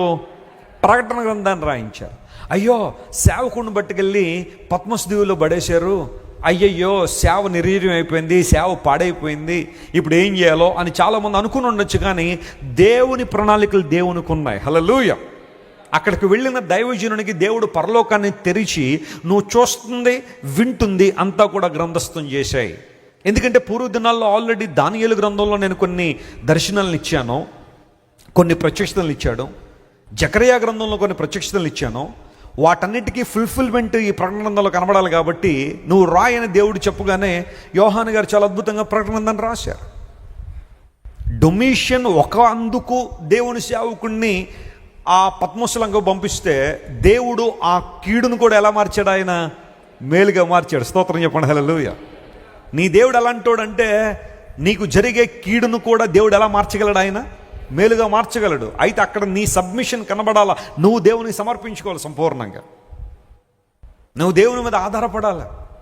దేవునికి నీ జీవితాన్ని సంపూర్ణంగా ఇచ్చేయాలి. అప్పుడు కీడును మేలుగా దేవుడు మారుస్తాడు. అంతేగాని నీ ఇష్టానుసారం నువ్వు జీవించేసి నీ ఇష్టానుసారం నువ్వు బ్రతికేసి ప్రభువా నాకు కలిగే కీళ్ళని మేలుగా మార్చి అంటే అక్కడ మారవు. అక్కడ నువ్వు దేవుని చిత్తానికి లోబడాలి నువ్వు. ఆ తర్వాత డయోక్లీషియన్ అనే రాజు, రోమన్ చక్రవర్తి, అతను కూడా ఆ టైంలో ఇశ్రాయేల్ దేశాన్ని కూడా కంట్రోల్లో పెట్టుకున్నాడు. డయోక్లీషియన్ అతని పేరు. అతను ఏం చేశాడో తెలుసా? అప్పటికున్న స్క్రిప్చర్స్ అనే లేఖనాలన్నీ కూడా రోమన్ గవర్నమెంట్లు ఎక్కడెక్కడైతే బైబిల్ గ్రంథ వ్రాతపత్రులు ఉన్నాయో అవన్నీ కూడా తగలబెట్టండి అన్నాడు, కాల్చేయండి అన్నాడు. ఎందుకోసం? లేఖనాలను దూరపరిచేస్తే, బైబిల్ గ్రంథాన్ని కనుక దూరపరిచేస్తే ప్రజలందరినీ కూడా ఇక భక్తిహీనులుగా మార్చేయచ్చు, వాళ్ళకి లేఖనాలు ఉండవు కాబట్టి దారి తెప్పేస్తారని ఆలోచన చేసి డయోక్లీషియన్ బైబిల్ గ్రంథాలన్నీ తగలబెట్టేశారు. అన్నీ తగలబెట్టాడని నేను చెప్పను, కానీ తనకు అందుబాటులో ఉన్నవన్నీ తగలబెట్టేశారు బైబిల్ని. ఎందుకంటే అప్పటికే క్యానన్ అనేది ప్రిపేర్ అయిపోయింది. డయోక్లీషియన్ కాలంలోనే క్యానన్ అనేది ప్రిపేర్ అయింది. పాత నిబంధన లేఖనాలు ప్రిపేర్ అయిపోయినాయి. సెప్ట్యూజెంట్ అనబడేవారు 70 మంది పెద్దలు దాన్ని హిబ్రూలోంచి గ్రీక్లో కూడా ట్రాన్స్లేట్ చేసేశారు. పాత నిబంధన లేఖనాలు దృఢపరచబడ్డాయి. మొదటి శతాబ్దంలోనే 100వ సంవత్సరం లోపే మొత్తం నూతన నిబంధన లేఖనాన్ని రాయబడ్డాయి. అప్పటికే ఎస్టాబ్లిష్డ్ క్యానన్ ఏదైతే ఉందో దాన్ని తగలబెట్టాలని ప్రయత్నం చేశారు. ఆ సందర్భంలో డయోక్లీషియన్ దొరికిన గ్రంథాలన్నీ తగలబెట్టేస్తే చాలామంది బాధపడ్డారు. అయ్యో, తర్వాత తరాలకు బైబిల్ అందదేమో, తర్వాత తరాలకు బైబిల్ రాదేమో అని ప్రయత్నం చేశారు. కానీ డయోక్లీషియన్ చనిపోయిన ఒక 25 సంవత్సరాల తర్వాత కాన్స్టంటైన్ అనే రాజు వచ్చాడు. అతని తల్లి హెలెనా భక్తిపుర్రాలు, దేవుని పట్ల భక్తి కలిగి ఉండి యేసు ప్రభు జీవిత చరిత్రను బట్టి చాలా చాలా భక్తిని నేర్చుకుని క్రీస్తు ప్రభు యొక్క చాలా ప్రాంతాలు ఆమె ఐడెంటిఫై చేసి అక్కడ పెద్ద పెద్ద దేవాలయాలు కట్టింది. హెలెనా కుమారుడు కాన్స్టంటైన్ అతని రాజ్యానికి వచ్చిన తర్వాత ఏం చేశాడో తెలుసా? డయోక్లీషియన్ అనబడే వ్యక్తి బైబిల్ని తగలబెట్టేస్తే కాన్స్టంటైన్ రోమన్ ఖజానాలోంచి డబ్బులు తీసి బైబిల్ ముద్రించడం ప్రారంభించాడు. చెప్పలు కూడా దేవుని మహిమపరచండి. హల్లెలూయా. ఇది నేను ఎందుకు చెప్తున్నాను తెలుసా? దేవుణ్ణి కానీ బైబిల్ని కానీ సంఘాన్ని కానీ ఏ ఒక్కరూ శాశ్వతంగా సమాధి చేయలేరు. చెప్పలు కొట్టడం అందరూ గట్టిగా. Because this is established by the blood of Jesus. Yesu Kristu ప్రభు మీద కట్టబడిన సంఘం కాబట్టి ఏ ఒక్కరు కూడా దినిర్వహణ చేయలేరు. సవాలు చేయించేమో, ప్రతిజ్ఞలు చేయించేమో, మేము అది చేస్తాం ఇది చేస్తామని వాళ్ళందరూ చెప్తున్నా, ఈరోజు చెప్తున్నా, ఏ రోజైనా చెప్తా, అది మీ వల్ల కాదు. ఎందుకో తెలుసా? సంఘం అనేది ఒక మనిషి ద్వారా ప్రారంభించబడి ఉంటే, ఒక మనిషి మనసులోంచి వచ్చి ఉంటే, క్రైస్తవ సంఘం అనేది మనిషి యొక్క ఉద్దేశం అయితే ఇది ఎప్పుడో నశించిపోయేదే. కానీ యేసు క్రీస్తు ప్రభు శాశ్వతుడు గనుక సంఘము కూడా క్రీస్తు ప్రభు రెండోసారి లోకానికి వచ్చేంత వరకు కూడా ప్రజ్వలిస్తూ ముందు కొనసాగుతూనే ఉంటుంది. ప్రపంచాన్ని ప్రభావితం చేస్తూనే ఉంటుంది. క్రీస్తు నామాన్ని మహింపరుస్తూనే ఉంటుంది. Hallelujah. What a privilege it is to be the members of the church of Jesus. Yesu Kristu ప్రభు అనే ఈ సంఘంలో మనందరూ కూడా సభ్యులుగా ఉండడం, ఇది ఎంత గొప్ప ఆధిక్యత. ఇది ఆయన తన రక్తం పెట్టి మనం కొనుక్కున్నాడట. ఆయన we are blood bought, we are purchased by the blood of Jesus. Your identity in Christ is something remarkable. Your identity in Christ never changes. You carry a significance in the church of God because God bought you with his blood. ఆయన తన రక్తం పెట్టి కొనేసుకున్నాడు నిన్ను. ఆయన రక్తం పెట్టి నువ్వు కొనబడ్డావు. నువ్వు రక్షించబడిన విశ్వాసం అయితే, యేసు ప్రభువును అంగీకరించిన వ్యక్తి అయితే నీ ఐడెంటిటీ ఎంత గొప్పదో తెలుసా? You are blood bought. నువ్వు రక్తం పెట్టి కొనబడ్డావు. లోకంలో ఈరోజు చాలా గుర్తింపులు ఉన్నాయి. ఆ గుర్తింపులను బట్టి చాలా గర్వపడే వాళ్ళు ఉన్నారు. కొంతమంది తమ మతాలను బట్టి గుర్తింపులు, మేము అదండి, మేము ఇదండి, మేము ఆ మతానికి చెందిన వాళ్ళం అండి, ఈ మతానికి చెందిన వాళ్ళం అని మతాన్ని బట్టి గర్వించేవాళ్ళు కొంతమంది ఉన్నారు. ఆ గుర్తింపును కలిగి ఉంటారు కొంతమంది. కొన్ని రాజకీయ పార్టీలు కూడా చెప్తున్నాను, మతతత్వ పార్టీలు మతం మీదే మనుషుల మీద పడడం వాళ్ళు అంతే, మతం మీద ఓట్లు అంతే. ఇంకే అభివృద్ధి కానీ లేకపోతే డెవలప్మెంట్ కానీ బాగోగులు కానీ ప్రజల బాగోగులు ఏం అక్కర్లే వాళ్ళకి. మతం చెప్పడం, ఓట్లు దండుకోవడం, అధికారంలోకి వచ్చిన తర్వాత ఇష్టానుసారం జీవించడం జరగట్లేదు ఈ రోజుల్లో.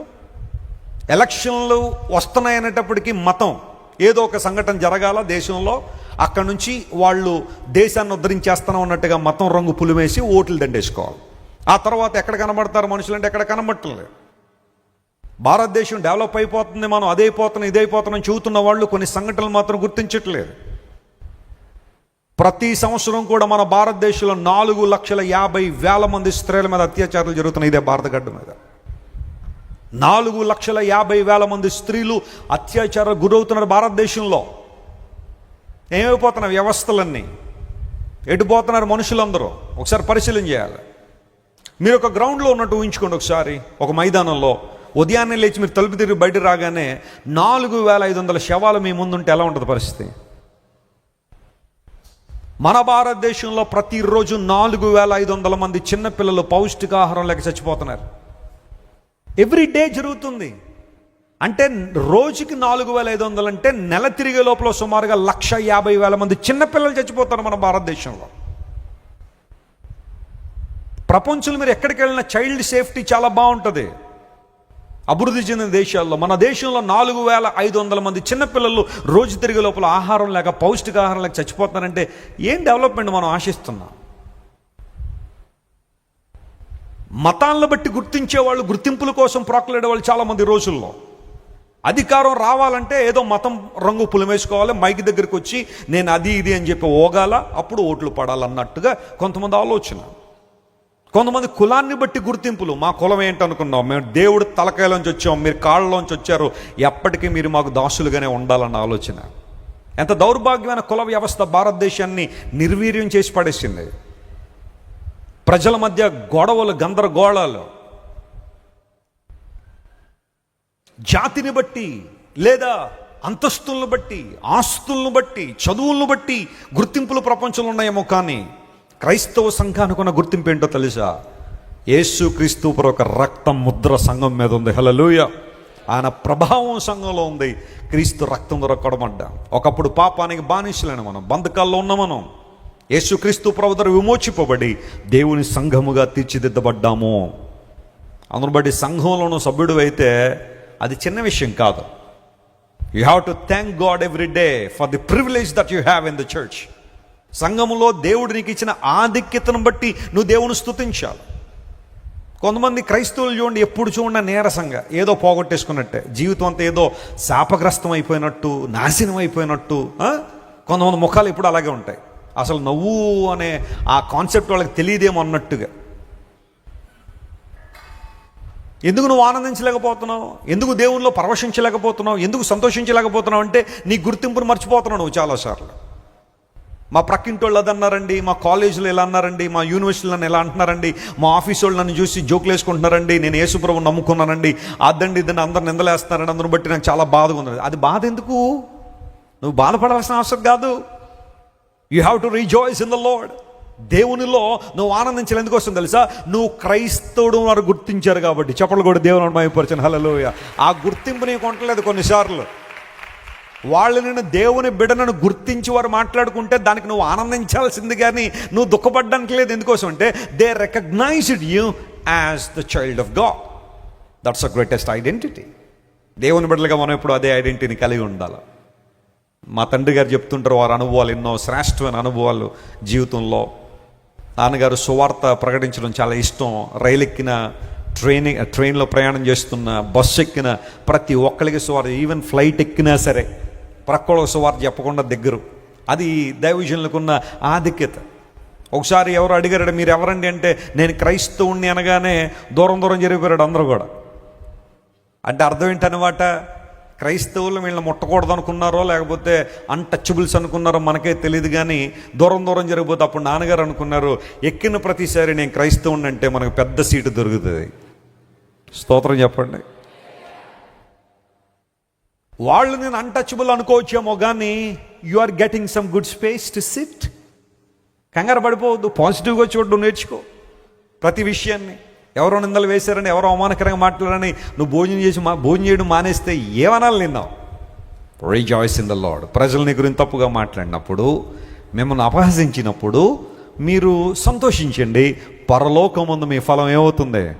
అధికం. ఒకళ్ళు ఎవరైనా నీ గురించి తప్పుగా మాట్లాడారా, నీ గుర్తింపును తప్పుగా మాట్లాడారు, హేళన చేశారా, పరలోకంలో నీ ఫలం ఏమవుతుందన్నమాట? అభివృద్ధి చెందుతుంది. విశ్వాసనేత్రలతో చూడ విషయాన్ని. Open your spiritual eye and see that your reward in heaven is so great. సంఘానికి ఉన్న ఆధిక్యతను ఎప్పుడు నువ్వు మర్చిపోవడానికి వీల్లేదు. What a privilege. పరిశుద్ధాత్మ దేవుణ్ణి ప్రభు మనకు అనుగ్రహించి సంఘము స్థిరపరచబడినట్లుగా క్రీస్తు ప్రభు రెండో రాకడ కొరకు మనం సిద్ధపరచుకోవడానికి ఆత్మదేవుడు మనకు సంచకరువుగా బహుమానంగా అని అనుగ్రహించబడ్డారు. మన పరిశుద్ధాత్మ ద్వారా ముద్రించబడ్డాను బైబిల్లో రాయబడింది. We are sealed by the holy spirit. దురాత్మ శక్తులను తాకడానికి అవకాశం లేదు, అపవిత్రాత్మ శక్తులను ముట్టడానికి అవకాశం లేదు. ఎందుకోసం అంటే పరిశుద్ధాత్మ దేవుడు నిన్ను ఏం చేశాడు? ఆయన నింపి ఉన్నాడు కాబట్టి. స్తోత్రం చెప్పండి, హల్లెలూయా. ఆత్మదేవుడు నిన్ను నియంత్రిస్తున్నాడు కాబట్టి, ఆయన బలపరుస్తున్నాడు కాబట్టి, as long as you submit your life to the spirit of God, God leads you and guides you. దేవుడు నిన్ను నడిపిస్తాడు, బలపరుస్తాడు ఆయన. సంఘానికి ఉన్న ప్రాముఖ్యత. అందుని బట్టి సంఘము యేసుక్రీస్తు ప్రభు యొక్క శరీరము అనే మాట లేఖనాల్లో మనం చూసాం. ప్రియులారా, ఈ రోజున సంఘానికి ఇవ్వబడిన 3 ఆధిక్యతలు లేదా 3 బాధ్యతలు, 3 what I can say privileges కానివ్వండి, రెస్పాన్సిబిలిటీస్ కానివ్వండి, ఇలాంటివన్నీ మనం బైబిల్లోంచి మనం చూస్తే నేను 3 విషయాలు త్వరగా చెప్పిన సందేశాన్ని ముగింపులో తీసుకొస్తాను. సంఘానికి ఇవ్వబడిన ఆధిక్యతలు లేదా బాధ్యతలు ఏంటి అంటే, మొట్టమొదటిగా లేఖనం సెలవిస్తూ ఉంది, సంఘానికి దేవుడు ప్రార్థన అనే ఆయుధాన్ని ఇచ్చాడట. చెప్పండి, ఏ ఆయుధాన్ని ఇచ్చాడు దేవుడు? సంఘానికి ఉన్న ఆయుధం ఏంటి చెప్పండి? మనం తుపాకులు కత్తులు పట్టుకుని రోడ్ల మీద తిరిగేవాళ్ళం కాదు కొంతమందిలాగా. ఈ రోజుల్లో కొంతమంది బలవంతంగా మత మార్పిడి చేస్తున్నారనే మాట వాడుతున్నారు క్రైస్తవ్యానికి. అదేదో మరి వాళ్ళకి తెలిసి మాట్లాడుతున్నారో తెలియక మాట్లాడుతున్నారో తెలియదు, అవగాహన ఉండి మాట్లాడతారో తెలియదు, అవగాహన లేక మాట్లాడతారు. బలవంతంగా మతం మార్చడం అంటే అర్థం ఏంటో తెలుసా? నెత్తి మీద తుపాకీ పెట్టి నువ్వు ప్రభువుని నమ్ముకుంటావా లేకపోతే నేను చంపేనా అంటారు చూసారా, అది బలవంతంగా మార్చడం అంటే. పేక మీద కత్తి పెట్టి నువ్వు యేసు ప్రభుని వదిలేస్తావా లేకపోతే నేను చంపేనా అంటారు చూసారా, అది బలవంతం మత మార్పిడి అంటే. ఇంకో మాటలో చెప్పాలంటే, నువ్వు మమ్మల్ని వదిలేసి గనక యేసు ప్రభు దగ్గరికి వెళ్తే నీకున్నాయన్ని కట్ చేసేస్తామంటారు చూసారా, అది బలవంతంగా మతంలో ఉంచడం అంటే. నీకు అర్థం అవ్వాలి ఆ మాట. క్రైస్తవులు ఎవరో బలవంతంగా మత మార్పిడి చేస్తున్నారు. ఎక్కడ నీకు తుపాకులు పెట్టారు? ఎక్కడ పేక మీద కత్తి పెట్టారు? ఎవడ మీదైనా ఒకటి నిరూపణ చేయండి ప్రపంచంలో.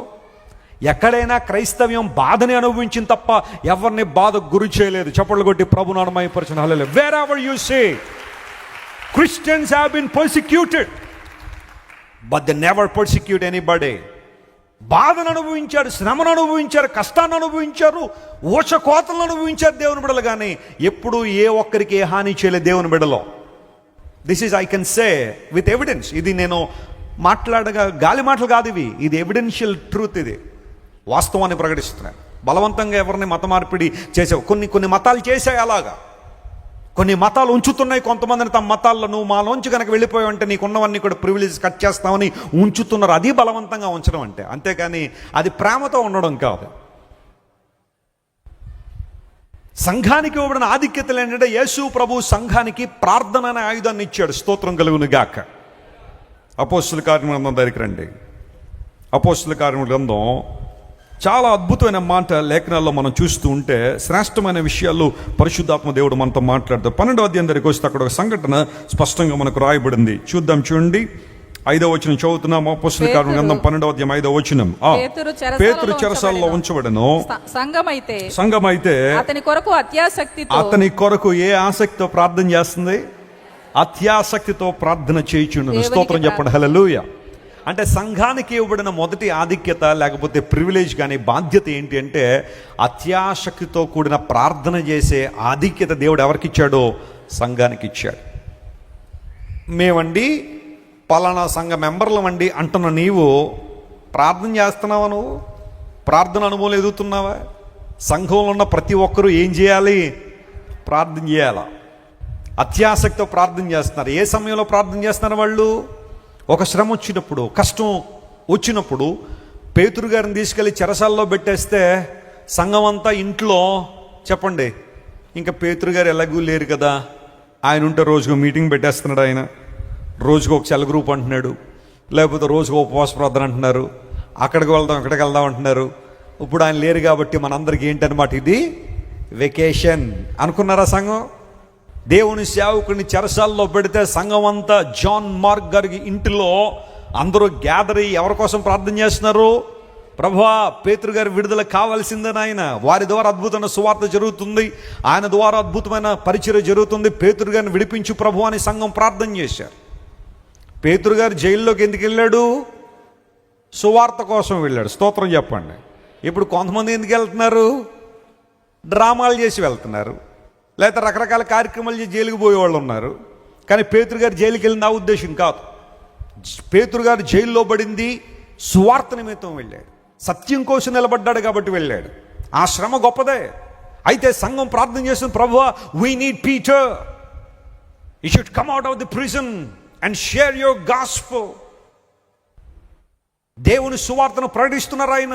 పేతురు గారికి కావాలని సంఘం అంతా ప్రార్థన చేస్తూ ఉంటే, పేతురు గారి చుట్టూ 16 మంది సైనికులు ఉన్నట్టు. 4 చతుష్టయములు అని తెలుగులో రాయబడింది. 4 చతుష్టయాలంటే 4 x 4 16 మంది సైనికులు. అంటే పేతురు గారు ఒక్కడి కోసం ఎంతమంది ఉన్నారంటే సైనికులు? జెడ్ కేటగిరీ కూడా అంతమంది ఉంటారేమో. ఈరోజు ముఖ్యమంత్రులకును లేకపోతే క్యాబినెట్ మినిస్టర్లకి కేటగిరీస్ ఉంటాయి. Why category, Z category security ఉంటుంది. ప్రధానమంత్రి గారికి ఒక సెక్యూరిటీ ఉంటుంది. బహుశా వారికి ఉన్నంత కన్నా ఎక్కువ ఉందేమో పేతురు గారిని పట్టేసుకుని ఆయన చుట్టూ 16 మంది సైనికుల్లో. నేను చెప్తున్నాను, దేవుడు విడుదల ఇవ్వాలనుకుంటే 16 మంది కాదు కదా, 16,000 మంది సైనికులు ఉన్నా కానీ దేవుడు పేతురుని కాపాడగలడు. స్తోత్రం చెప్పండి. Hallelujah. Number doesn't matter with God. దేవునికి సంఖ్యతో పని లేదో. ఆయన విడుదల చేయాలనుకున్నాడు పేతురు గారిని. 16 మంది సైనికుల మధ్యలోంచి విడిపించి పేతురుని తీసుకొచ్చి ఎక్కడైతే ప్రార్థన జరుగుతుందో అక్కడ పేతురు గారు నిలబడ్డారు. ఒక మాట చెప్తాను, సంఘం దేనికోసం అయితే ప్రార్థన చేశారో ఆ ఆన్సర్ ఇంటికి వచ్చి నిలబడింది. చప్పట్లు కొట్టి ప్రభుని అవమానపరిచాం. ఈరోజు నువ్వు దేనికోసం ప్రార్థన చేస్తున్నావు? What are you praying for today? What is your prayer point? దేవునిలో ఎదగాలని, ఆత్మలో బలపడాలని, పరిశుద్ధాత్మ సంరక్షణలో ఎదగాలని, దేవుని చేతిలో బలంగా వాడబడాలనే సహృదయంతో నువ్వు ప్రార్థన చేస్తే నీ ప్రతి ప్రార్థనకు నా దేవుని దగ్గరే ఉంది, జవాబు ఉంది. కారణం ఏంటంటే బైబిల్ సెలవిస్తూ ఉంది, మన దేవుడు ప్రార్థన ఆలకించుడు. Our God is prayer answering God. No matter what the tough situation that you are going through, no matter the hardship that you are going through today, just bend your knees before God and He answers your prayers. దేవుని ప్రార్థన వింటాడు ఆయన. మోకాళ్ళు వేసే దేవుని సన్నిధిలో చాలాసార్లు మీకు చెబుతున్నాను, నీ మోకాళ్ళు నల్లబడితే నీ ముఖం ఏమవుతుంది? తెల్లబడుతుంది. ముఖం తెల్లబడ్డానికి, శారీరకమైన ముఖం తెల్లబడ్డానికి fair and lovely, fair and handsome, అవి ఇవి డబ్బాలు కొని రాసిస్తుంటారు చాలామంది. But what about your spiritual appearance? నీ లోపల ఉన్న ఆధ్యాత్మిక మనిషికి ముఖం తేటబడాలి అంటే, తెల్లబడాలి అంటే మోకాళ్ళు దేవుని అసలు ఏం చేయాలా? వంగాలి.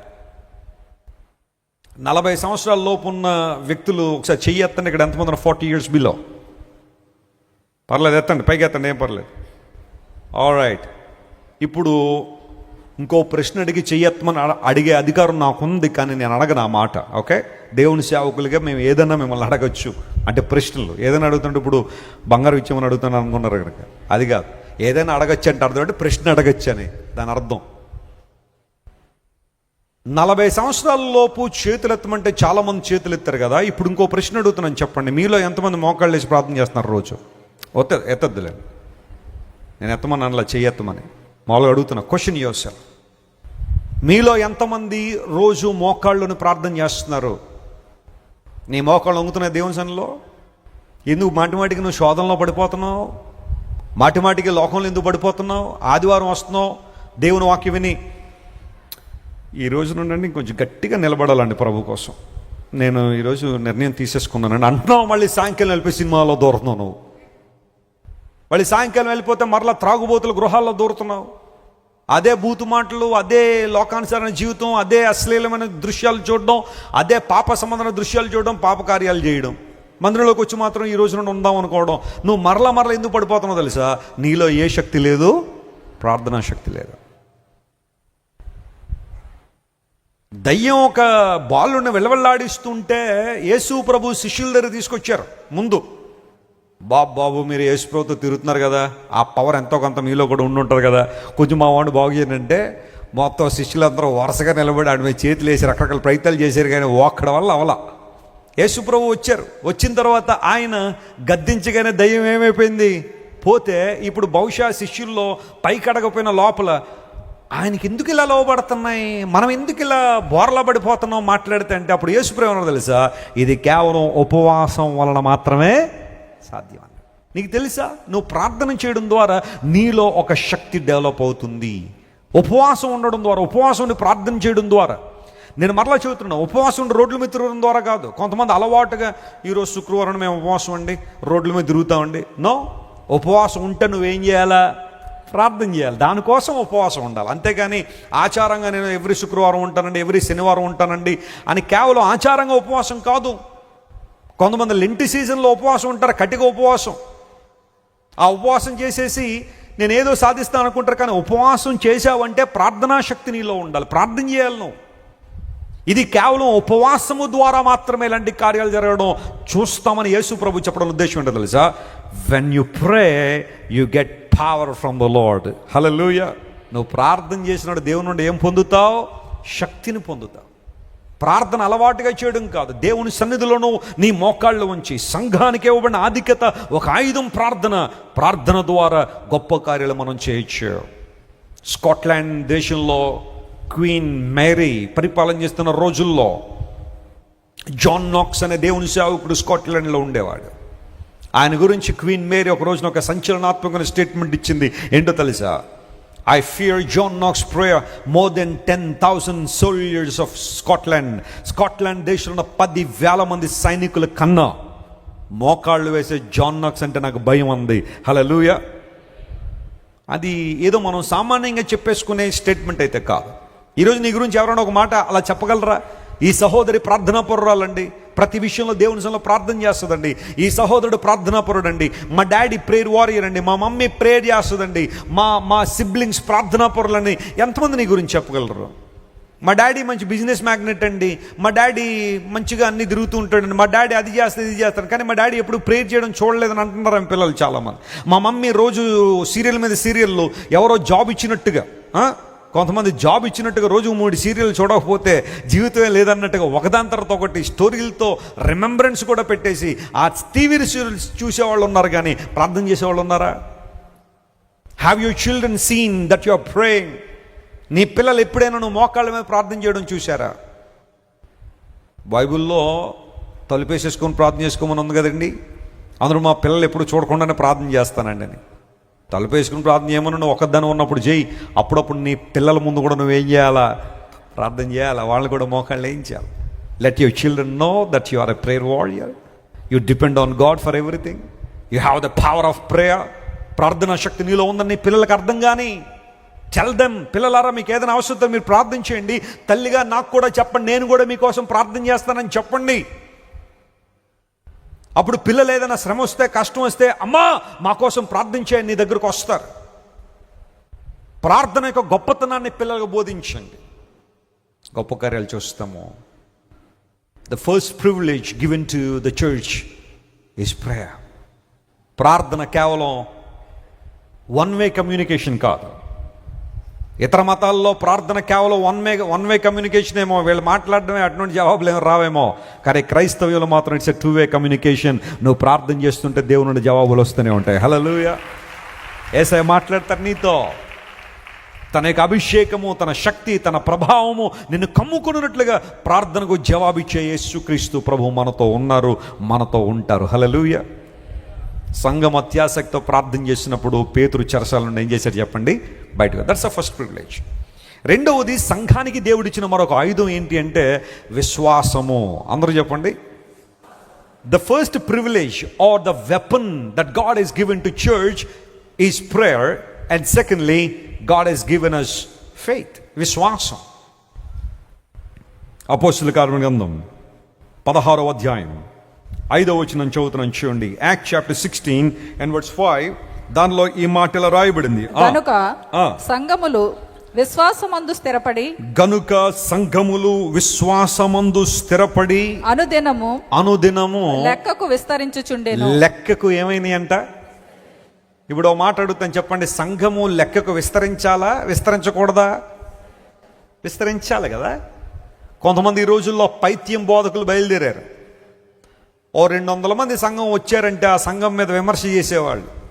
ఈ సంఘం మెగా చర్చ్ అంటారు. చెప్పండి, ఏ చర్చ్ అంట? మెగా చర్చ్ అంట. రాకూడదంటే ఎంతమంది సంఘాలకి? సినిమా హాల్ నిండొచ్చంట, ఇబ్బంది ఏమీ లేదు వాళ్ళకి.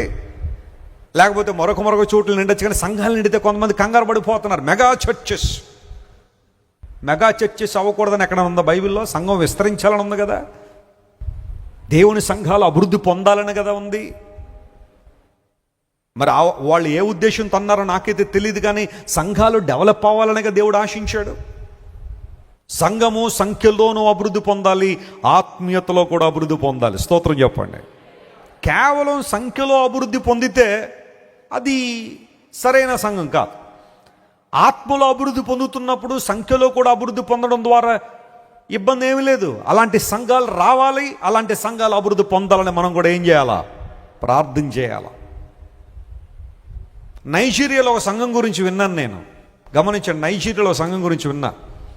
ఎవ్రీ సండే 5 లక్షల మంది వస్తారన్న దేవుని ఆరాధించడానికి. స్తోత్రం చెప్పండి, హల్లెలూయా. 5 lakh people.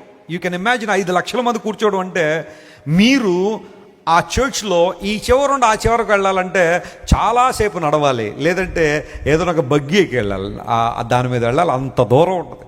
మరి ఆ స్పీకర్ ఫేస్ కూడా కనబడద్దో లేదో తెలీదు, అందుని బట్టి ఎక్కడ పడితే అక్కడ స్క్రీన్లు పెడతారు. 5 lakh people in one church. Paul Yonggi Cho గారి సంఘంలో కొన్ని వేల మంది ప్రజలు, లక్షల మంది ప్రజలు ప్రతి ఆదివారం దేవుని ఆరాధన చేస్తూ ఉంటారు. Nothing wrong in that. ఒకవేళ అది అబద్ధ బోధనలు కలిగిన సంఘమా, ప్రార్థన నిర్లక్ష్య పెడుతున్న సంఘమా, అప్పుడు తర్వాత మాట్లాడాలి. కానీ సంఘాలు అభివృద్ధి పొందడం దేవుని చిత్తమే. ఎందుకోసం? జనాభా పెరుగుతుంది ఈ రోజుల్లో. ఆ కాలంలో జనాభా వేరు, ఈ కాలంలో జనాభా వేరు. ఆ కాలంలో ఉన్న టెక్నాలజీ వేరు, ఇప్పుడున్న టెక్నాలజీ వేరు. దేవుని సంఘాలు విస్తరించాలి. నేను ఎప్పుడు కూడా నా ప్రార్థనలో పాయింట్ ఏంటంటే, ప్రభువా, జీవంగల సంఘాలు, నీ మీద ఆధారపడిన సంఘాలు, విశ్వాసంతో కొనసాగుతున్న సంఘాలు అభివృద్ధి పొందాలని ప్రార్థన చేస్తా. Praise the lord. మీరు కూడా అలా ప్రార్థన చేయండి. అంతేగాని సంఘాల మీద రాళ్ళు వేయకండి. లోకస్తులు రాళ్ళు వేసేసి, నువ్వు రాళ్ళు వేసేసి ఏమి సాధిద్దామని? అసలు సంఘం అంటే ఏం అర్థమవుతుంది నీకు? లెక్కకు విస్తరించాలి, కుచించుపోవాలని బైబిల్ చెప్పలేదు. దేవుని ప్రజలు పని చేయాలా. సేవకులుగా మేము నిలబడి ఇక్కడ దేవుని వాక్యం బోధిస్తున్నప్పుడు, దేవుని వాక్యాన్ని మీకు అందిస్తున్నప్పుడు సంఘాన్ని విస్తృతపరచాల్సిన బాధ్యత మీ మీదే ఉంది. గొర్రెల కాపరి గొర్రెలకు మేత పెడతాడు, నీళ్లు పెడతాడు. పిల్లలు కనాల్సిన బాధ్యత ఎవరిది? గొర్రెలదే. మీరే సంఘాన్ని అభివృద్ధి చేయాలి, తీసుకురావాలి అనేక మందిని దేవుని మందిరానికి. పనికి మాలిన చోటకు వెళ్ళడం తప్పు, కానీ దేవుని మందిరం రావడం తప్పేం కాదు. తీసుకురండి, పర్వాలేదు. మీ కుటుంబ సభ్యులు కావచ్చు, మీరు పొరుగు వారు కావచ్చు. అమ్మా, మేము దేవుని మందిరానికి వెళ్తున్నాం, దేవుని ప్రసన్నత ఉండదు అక్కడ, దేవుని మహిమ ఉంది అక్కడ. ప్రార్థనలు చేస్తుంటే దైవజనుల అద్భుతాలు జరుగుతున్నాయి, వాక్యము ద్వారా మన జీవితాలు కట్టబడుతున్నాయి. ఏది మంచో ఏది చెడో తెలుసుకుని దేవుని కొరకు జీవించగలిగే కృప ఉంది. రండి సంఘానికి అని చెప్తున్నావా, లేదా నీ ద్వారా 10 మందిని వెనకకు మానిపించేస్తున్నావా సంఘానికి? నీ ద్వారా 10 మంది దేవుని మందిరానికి వస్తున్నారా, లేదా 10 మంది వెనక్కి వెళ్ళిపోతారా? ఆలోచించే. సంఘము లెక్కకు విస్తరించాలి. దైవజనులు దేవుని కొరకు తిరుగుతున్నప్పుడు, అనేక ప్రాంతాలు వెళుతున్నప్పుడు, దెర్బే అనే ప్రాంతానికి పౌలు గారు వచ్చినప్పుడు, లుస్త్ర అనే ప్రాంతం, ఇవన్నీ కూడా దెర్బే కావచ్చు, లుస్త్ర కావచ్చు, ఈకొనియ కావచ్చు, ఇవన్నీ కూడా గలతీ సంఘాలు. చెప్పండి, ఏ సంఘాలు ఇవన్నీ కూడా? గలతీ సంఘాలు. గలతీలకు రాసిన పత్రిక ఉంది కదా బైబిల్లో. ఆ గలతీయులు అంటే ఇవన్నీ అన్నమాట. ఈ బెల్ట్ అంతా కూడా లుస్త్ర, దెర్బే, ఈకొనియ, ఇవన్నీ గలతీ సంఘాలు అన్నమాట. ఇక్కడ దైవజనులు వచ్చి సువార్త ప్రకటిస్తున్నప్పుడు ఆ సంఘము లెక్కకి ఏమైందంట? విస్తరించింది. ఎందుకు అంటే సంఘం దేనిలో స్థిరపడింది? విశ్వాసంలో స్థిరపడింది. అందరూ గట్టిగా చెప్పండి, దేనిలో స్థిరపడింది? అంటే సంఘానికి ఇవ్వబడిన రెండవ ఆధిక్యత లేదా రెండవ ఆయుధం ఏంటి అంటే విశ్వాసం. రోజు రోజుకి విశ్వాసంలో మనం ఏం చేయబడాలి? స్థిరపరచబడాలి, లోతుకు వెళ్ళాలి. అంతేగాని పై విశ్వాసం కాదు మనకు ఉండడం. ఒక యవనస్తుడు అడిగాడు, వెస్లీ గారు, విశ్వాసం అంటే అర్థం ఏంటండి అని. ఆ ముందు అక్షరం చివరి అక్షరం తీసే మధ్యలో పదం ఉంటుంది, అదేంటో చెప్పన్నాను నేను. ఏముంది చెప్పండి? విశ్వాసము ముందు వి, చివరిలో మూ తీసేస్తే మధ్యలో ఏముంది? శ్వాస. అందరూ ఒకసారి శ్వాస పీల్చుకోండి. ఒకసారి పీల్చుకున్నారా? కొంతమంది పీల్చుకోవట్లేదు. మళ్ళీ ఇంకోసారి ఇంకొక అవకాశం పీల్చుకోండి గట్టిగా. వండర్ఫుల్. ఇప్పుడు శ్వాస ఎప్పుడెప్పుడు పీల్చుకుంటాం చెప్పండి మనం? ఉచ్ఛ్వాస నిశ్వాసలు ఎప్పుడు ఉండాలి? ఎప్పుడూ జరుగుతూనే ఉండాలి. మేము వారానికి ఒకసారి శ్వాస తీసుకుంటా ఉండని వెస్లీ గారు అన్నారు అనుకోండి, ఎవరైనా వాళ్ళు ఎక్కడ ఉంటారు అంటారు? లేదా రోజుకు ఒక్కసారి మేము కాసేపు అలా మేము శ్వాస పీల్చేసుకుని మిగతా సమయం అంతా ఊపిరి బేగొట్టేసి ఉండిపోతాం అన్నారు అనుకోండి, ఎలా ఉంటుంది? పరిస్థితి వేరుగా ఉంటుంది. శ్వాస ఈ శరీరానికి ఎలా అవసరమో ఆత్మకు విశ్వాసం కూడా అంతే అవసరం. Praise the lord. నీ జీవితం కూడా విశ్వాసం నీ జీవితంలో భాగం అయిపోలే తప్ప విశ్వాసం అంటే అదేదో ప్రత్యేకమైన కార్యక్రమం అనుకోకండి. ఆదివారం మాత్రమే విశ్వాసం ఉంచుతామండి, ఉపవాస ప్రార్థనలు పెట్టండి వెస్లీ గారు, మా విశ్వాసం చాలా బలంగా ఉంటుందండి. కాదంటల్లా, ప్రార్థనలో నీ విశ్వాసం పెరుగుద్ది, కానీ మిగతా సమయాల్లో విశ్వాసం తరిగిపోతుందా? నువ్వు విశ్వాసం అన్నప్పుడు దేవుని మీద నమ్మకం ఉంచే వ్యక్తిగా ఉండాలి. అందరూ బట్టే పౌలు అన్నాడు, విశ్వాసం లేకుండా మనలో ఏ ఒక్కరం కూడా దేవునికి ఎలా ఉండలేమంట? ఇష్టలుగా ఉండలేం. నువ్వు దేవునికి ఇష్టంగా ఉండాలంటే నీలో ఏం ఉండాలంట? విశ్వాసం ఉండాలి. అది నువ్వు మనుషులకి ఇష్టంగా ఉండాలంటే ఏం చేయాలి? వాళ్ళకి నచ్చిన పనులన్నీ నువ్వు చేస్తే ఇష్టంగా ఉంటావు. ఏదైనా ఒక్కటి చేయలేదనుకోండి, ఏమైపోద్ది? ఇంక నీ మీద స్టార్ట్ చేస్తారు ఒక ఏంటి, ఏ అటాక్? ఏదైనా అటాక్. నువ్వు 100 మంచి పనులు చేయి, ఏదన్నా ఒక్కటి వాళ్ళు అనుకున్నది చేయలేదు అంటే ఇంక నువ్వు వాళ్ళ దృష్టిలో ఏ వ్యక్తివి అన్నమాట? చెడ్డ వ్యక్తివి అన్నట్టుగా. మనుషులకి ఇష్టకరంగా ఉండాలని వేషభాషలు మార్చేవాళ్ళు ఉన్నారు, మనుషులకి ఇష్టకరంగా ఉండాలని మాటలు మార్చేవాళ్ళు ఉన్నారు, మనుషులకి ఇష్టకరంగా ఉండాలని రకరకాల కార్యక్రమాలు చేసేవారు. కానీ నువ్వు దేవునికి ఇష్టడుగా ఉండాలనుకుంటే, సర్వశక్తుడైన ప్రభువుకి ఇష్టరాలుగానే ఉండాలనుకుంటే నీలో ఏ ఉండాలా? విశ్వాసం. ఈ రోజుల్లో నీ విశ్వాసాన్ని బలహీనపరిచే అంశాలు చాలా ప్రపంచంలో ఉన్నాయి. ఎన్నో డిస్ట్రాక్షన్స్ ఉన్నాయి. For example, social media is one of the distractions. విశ్వాసాన్ని ప్రక్కకు నడిపేసే లేదా ప్రక్కకు తీసుకెళ్ళిపోయే వీడియోలు ఎన్నో ఉన్నాయి సోషల్ మీడియాలో. వాటిని చూసి చాలామంది విశ్వాసాలు బలహీనలైపోయేవాళ్ళు. అవిశ్వాసంలో పతనమైపోతున్న వాళ్ళు ఎంతమంది లేరంటారు? నిన్నగాక మొన్న ఒక వీడియో చూస్తున్నా నేను సోషల్ మీడియాలో. ఒక గొప్ప జ్ఞానే, మరి పేరు చెప్పమంటే చెప్తాను, ఇబ్బంది ఏం లేదు. డాక్టర్ సోమనాథ్ గారు అని ఆయన మన ఇస్రోకి ఆయన ప్రీవియస్ చైర్మన్, ఆయన పిహెచ్డి క్యాండిడేట్, ఐఐటి మద్రాస్ నుండి పిహెచ్డి చదివాడు ఆయన. ఇస్రో కదా, ఇండియన్ స్పేస్ రీసెర్చ్ ఆర్గనైజేషన్. ఆయన ఉన్న కాలంలో ఇప్పుడు నారాయణన్ గారు వచ్చారనుకోండి స్పేస్ చైర్మన్గా, కానీ ఆయనకు ముందు సోమనాథ్ గారు ఉండేవారు. చంద్రయాన్ 3 గురించి తెలుసు కదా మీకు. మూన్లో సౌత్ పోల్ మీద ఒక శాటిలైట్ ల్యాండ్ చేశారు, safe landing on south pole.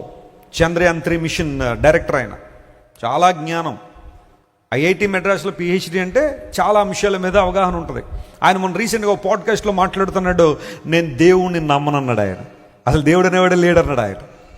నాకు అప్పుడు అనిపించింది, మరి నీ జ్ఞానం అంతా ఏమైపోయిందా అని. ఎంత జ్ఞానం సాధించి ఆఖరికి ఆయన ఏం చెప్తారంటే దేవుడు లేడని. ఇప్పుడు ఆయన్ని ఫాలో అయ్యేవాళ్ళు లేదా ఆయన మాటలు వినేవాళ్ళు అందరూ అది నిజమని అనుకునే అవకాశాలు ఉంటాయిగా. విశ్వాసాలు బలహీనపడే అంశాలే కదా. జ్ఞానం పెరుగుతున్న కొలది కొంతమందికి దేవుని మీద అవిశ్వాసం పెరుగుతుంది, కానీ విశ్వాసం రావట్లే. అయితే ప్రపంచంలో చాలామంది గొప్ప గొప్ప శాస్త్రవేత్తలు, బహుశా ఇలాంటి వాళ్ళు కొంతమంది దేవుడు లేడని వాదించేవాళ్ళు లేదా పాడ్కాస్టులు చేసేవాళ్ళు ఉండొచ్చేమో, కానీ let me give you some scientist. Isaac Newton మీలో ఎంతమందికి తెలుసు? Isaac Newton. స్టూడెంట్లు చేతులు ఎత్తట్లేదు, మీరు చదివారా ఐజక్ న్యూటన్ గురించి? ఆయన ఏం కనిపెట్టాడు? ఎస్, గ్రావిటేషనల్ లాస్, గురుత్వాకర్షణ సిద్ధాంతం. Isaac Newton is a wonderful Christian. He believed in God. దేవుని మీద విశ్వాసం ఉంచాడు. ఐజక్ న్యూటన్ చేసిన పరిశోధనలు ఇప్పటికీ కూడా ప్రపంచానికి చాలా దీవెనకరంగా ఉన్నాయి. He believed in God. మరి ఆయన జ్ఞానం లేనివాడు అందామా? పోనీ ఈ మాత్రం జ్ఞానం ఆయనకి లేదందామా? దేవుని మీద విశ్వాసం ఉంచి బైబిల్ గ్రంథాన్ని రోజు పఠిస్తూ ఐజక్ న్యూటన్ విశ్వాసంలో బలపడ్డాడు. ఆల్బర్ట్ ఐన్స్టైన్ ఎంతమందికి తెలుసు? వండర్ఫుల్. తెలియని వాళ్ళు లేరు, చదువుకున్న వాళ్ళందరికీ ఆల్బర్ట్ ఐన్స్టైన్ తెలుసు. ఆయన ప్రతిపాదించిన ఒక సిద్ధాంతం ఏంటది? E = mc², theory of relativity.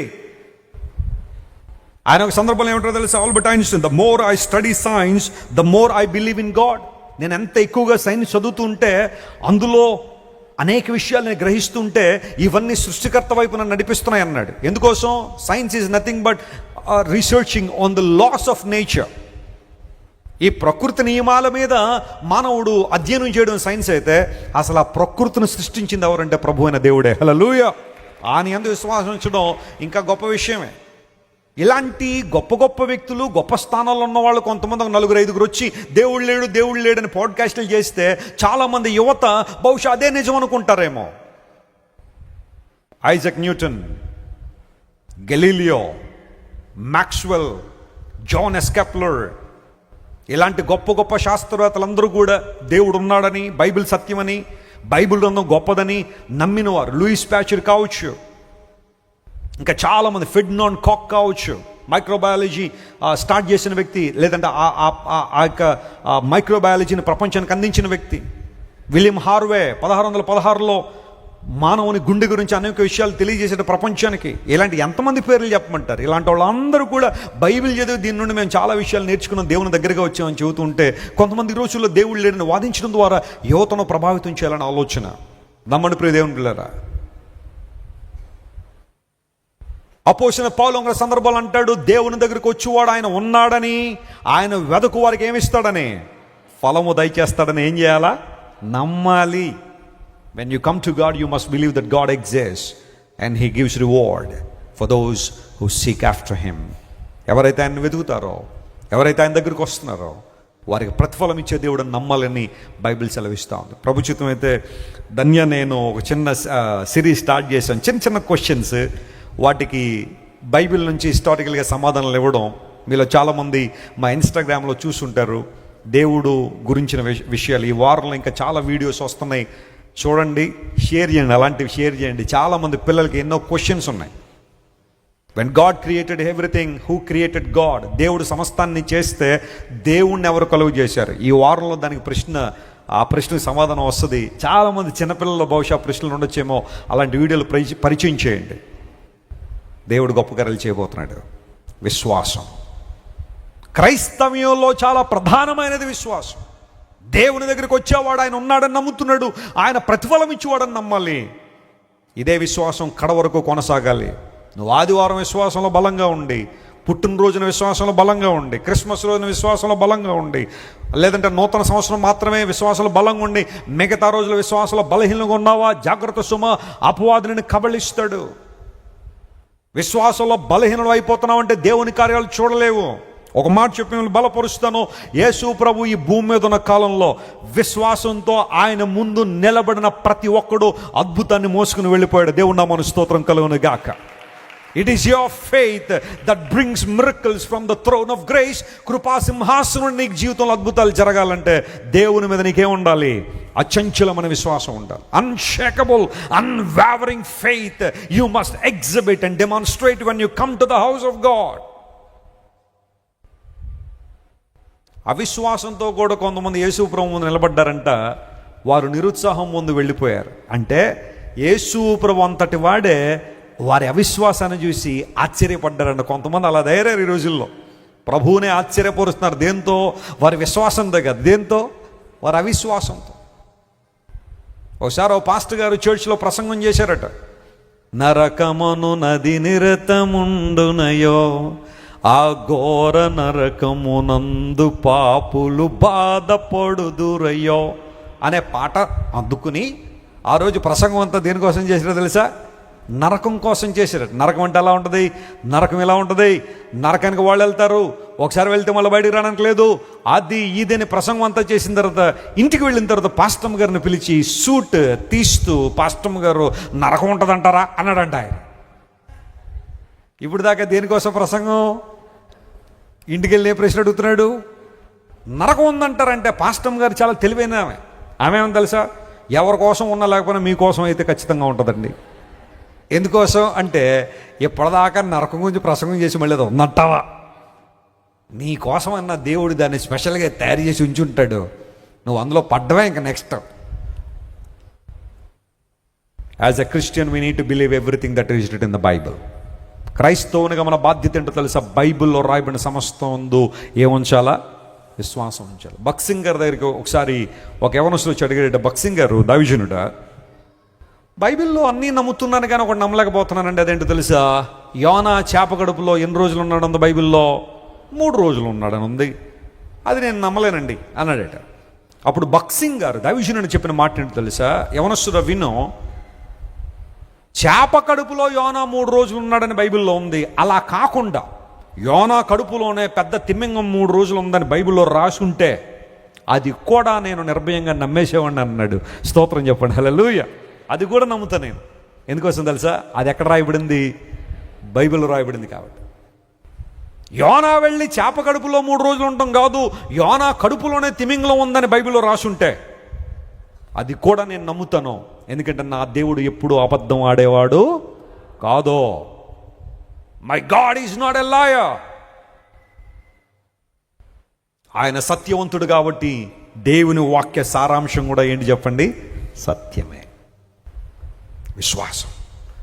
నీలో ఎంత విశ్వాసం అభివృద్ధి చెందించుకుంటావో అంతగా దేవుని నుండి ఆశీర్వాదాలు పొందుకుంటావు. సంఘానికి ఉన్న ప్రివిలేజెస్ మొట్టమొదటిగా ప్రార్థన, రెండవది విశ్వాసం. 3వ మాట చెప్పి నేను ముగిస్తాను. చూడండి, సమయం అయిపోయింది. బైబిల్ గ్రంథంలో ఒక చక్కని మాట మీకు తెలియచేస్తాను.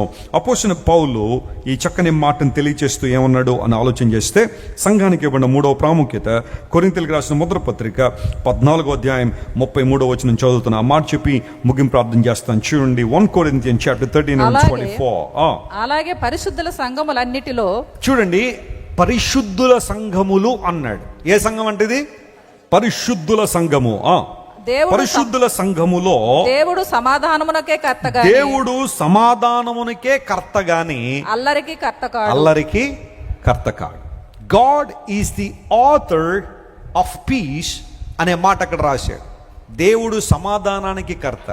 3వ ఆశీర్వాదం ఏంటో తెలుసా? సంఘంలో దేవుడు మనకి సమాధానము అనే ఆధిక్యత ఇచ్చాడు. హల్లెలూయా.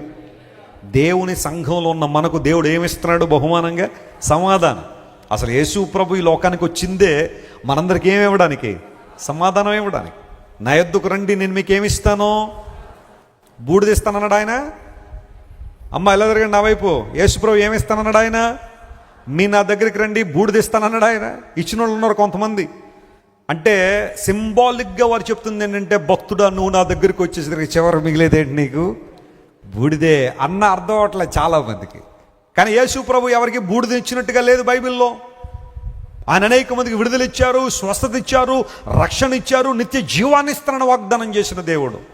అప్పుడప్పుడు అనిపిస్తుంటుంది, ఎవరి దగ్గర ఏముంటే అదే కదా ఇచ్చేది. యేసు క్రీస్తు ప్రభు దగ్గర సమాధానం ఉంది కాబట్టి ఆయన దగ్గరకు వచ్చే వాళ్ళందరికీ ఏమి ఇస్తారు ఆయన? ఒకవేళ ఈరోజు నువ్వు గలిబిల్లో ఉన్నావా, కలవరంలో ఉన్నావా, ఏదో ఒక బ్యాడ్ న్యూస్ నేను బాగా షేక్ చేస్తుందా, ఏదో ఒక దుర్వార్త నేను బాధిస్తుందా, నీ దేహంలో ఒక రోగం ఉందని లేదా ఒక బలహీనత ఉందని ఎవరో చెబితే బాధపడుతున్నావు, నిద్ర పట్టట్లేదు రాత్రి, నీ గత జీవితంలో నువ్వు చేసిన చిన్న చిన్న తప్పిదాలు నిన్ను హాంట్ చేస్తున్నాయా, భవిష్యత్తు గురించిన భయం నీకు నిద్ర పట్టకుండా చేస్తుందా, కలవరంతో ఆందోళనతో ఉన్నావా, రా ఈ రోజు పిలుస్తున్న దేవుని సేవకునిగా. యేసు ప్రభు పాదాల దగ్గర పుష్కలమైన సమాధానం ఉంది. హల్లెలూయా. ఆయన పాదాలు పట్టుకున్న వారు శాంతి, సంతోషము, సమాధానాలు ఉచితంగా అనుభవించారు. పరిశుద్ధుల సంఘములో దేవుడు సమాధానానికి కర్త అంటే అర్థం ఏంటో తెలుసా? పరిశుద్ధుల సంఘములో దేవుడు సమాధానాన్ని ఉంచాడు. అల్లరికి కర్త కాదు ఆయన. కొన్ని సంఘాలు అల్లరి చేసి పరిశుద్ధాత్మ అండి అంటారు చాలామంది. అది అల్లరది, పరిశుద్ధాత్మ కాదు అది. పరిశుద్ధాత్మ ఉన్న చోట ఏముండదు చెప్పండి? అల్లరి ఉండదు. పరిశుద్ధాత్మ దేవుడు సమాధానానికి కర్త.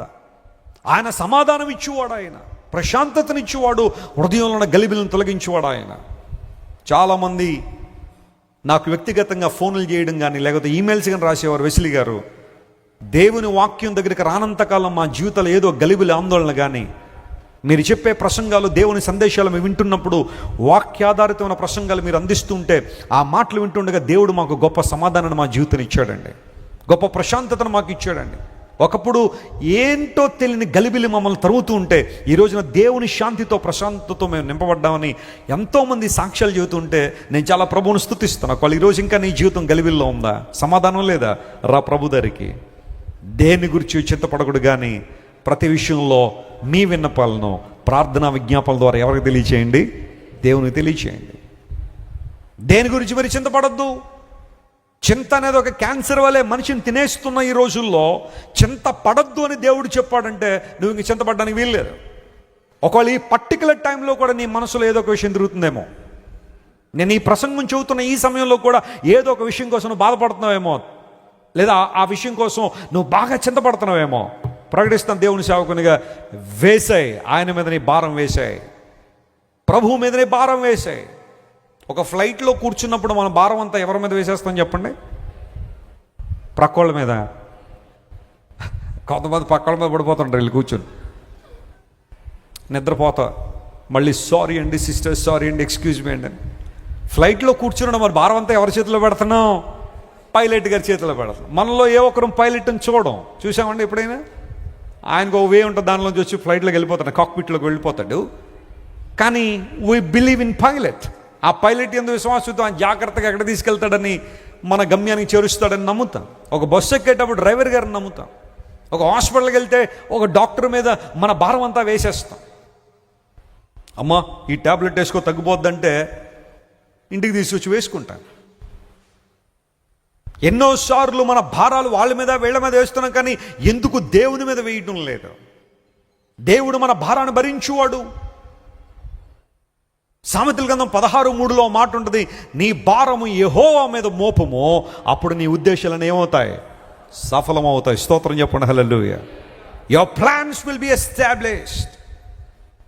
దేవుని యందు విశ్వాసం ఉంచి నీ భారం దేవుని మీద వేసాయి. ఒకవేళ ఈరోజు నేను బాధిస్తున్న భారం ఏదైతే ఉందో ప్రభు మీద వేసాయి. ఆయన సిలువలో అన్నీ భరించాడు మన కోసం. ఒకసారి ఒక రైతు ఒక కట్టెల మోపు నెత్తి మీద పెట్టుకుని ఇలాంటి ఎండాకాలంలో రోడ్డు మీద నడుచుకెళ్తున్నాడు.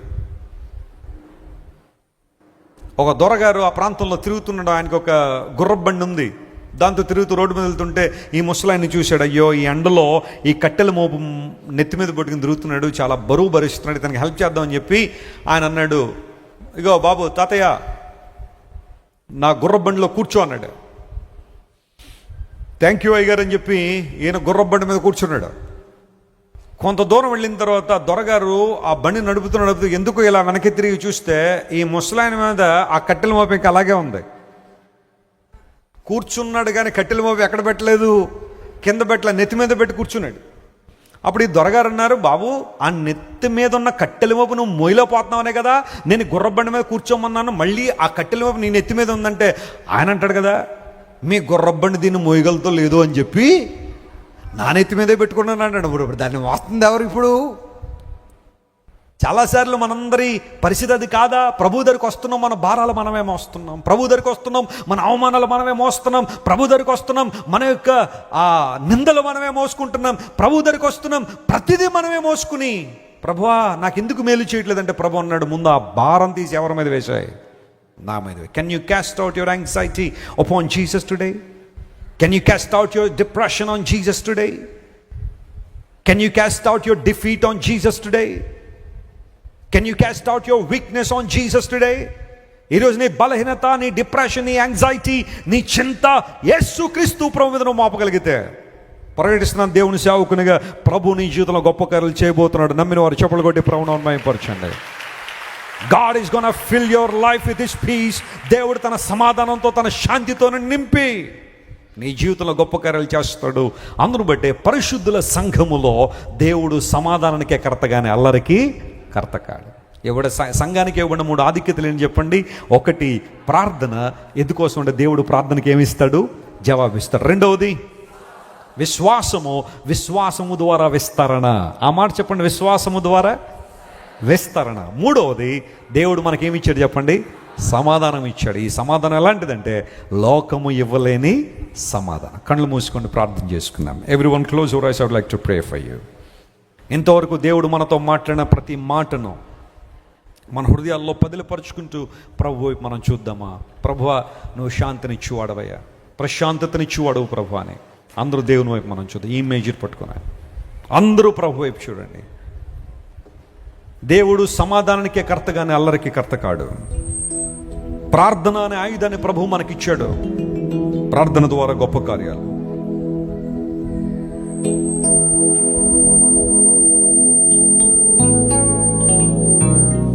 ఓ యేసయ్యా, అందరూ దేవుని వైపు మనం చూద్దాం. దేవుని కార్యాలు స్పష్టంగా మన జీవితంలో జరుగునట్లుగా ప్రభు వైపు తిరుగుదాం. అంధకార బంధుర లోకంలో యేసు లేని మనిషి బ్రతుకు వ్యర్థం.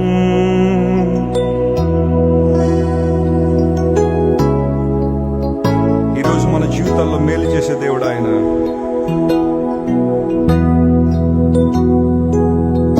ఆయన కార్యాల వైపు మనం చూద్దాం. అంధకార బంధుర లోకంలో యేసు లేని మనిషి బ్రతుకు వ్యర్థం. లేని ఆశలతో అంతం, నిత్య నరక వారసులై చావు. అంధకార బంధుర లోకంలో యేసు లేని మనిషి బ్రతుకు వ్యర్థం. అంతులేని ఆశలతో అంతం, నిత్య నరక వారసులై చావు. మనిషికి శాంతి లేదులే, మరొక్క బ్రతుకు లేదులే, నువ్వు యేసు వైపు చూడాలి అన్నా. మనిషికి శాంతి లేదులే, మరొక్క బ్రతుకు లేదుగా, నువ్వు యేసు వైపు చూడాలి అక్క. నువ్వు యేసు వైపు చూడాలి అన్నా. శాంతి కొరకు మద్యం పనికి రాదు, శాంతి కొరకు ఆస్తి పనికి రాదు, శాంతి కొరకు యుద్ధం పనికి రాదు. సిలువ చెండ చేరినప్పుడే శాంతి. మోక్షం కోసం తీర్థం వెళ్ళవద్దు, మోక్షం కోసం డబ్బు ఖర్చు వద్దు, మోక్షం కోసం రక్తం కాచవద్దు. సిలువ చెంత చేరినప్పుడే మోక్షం.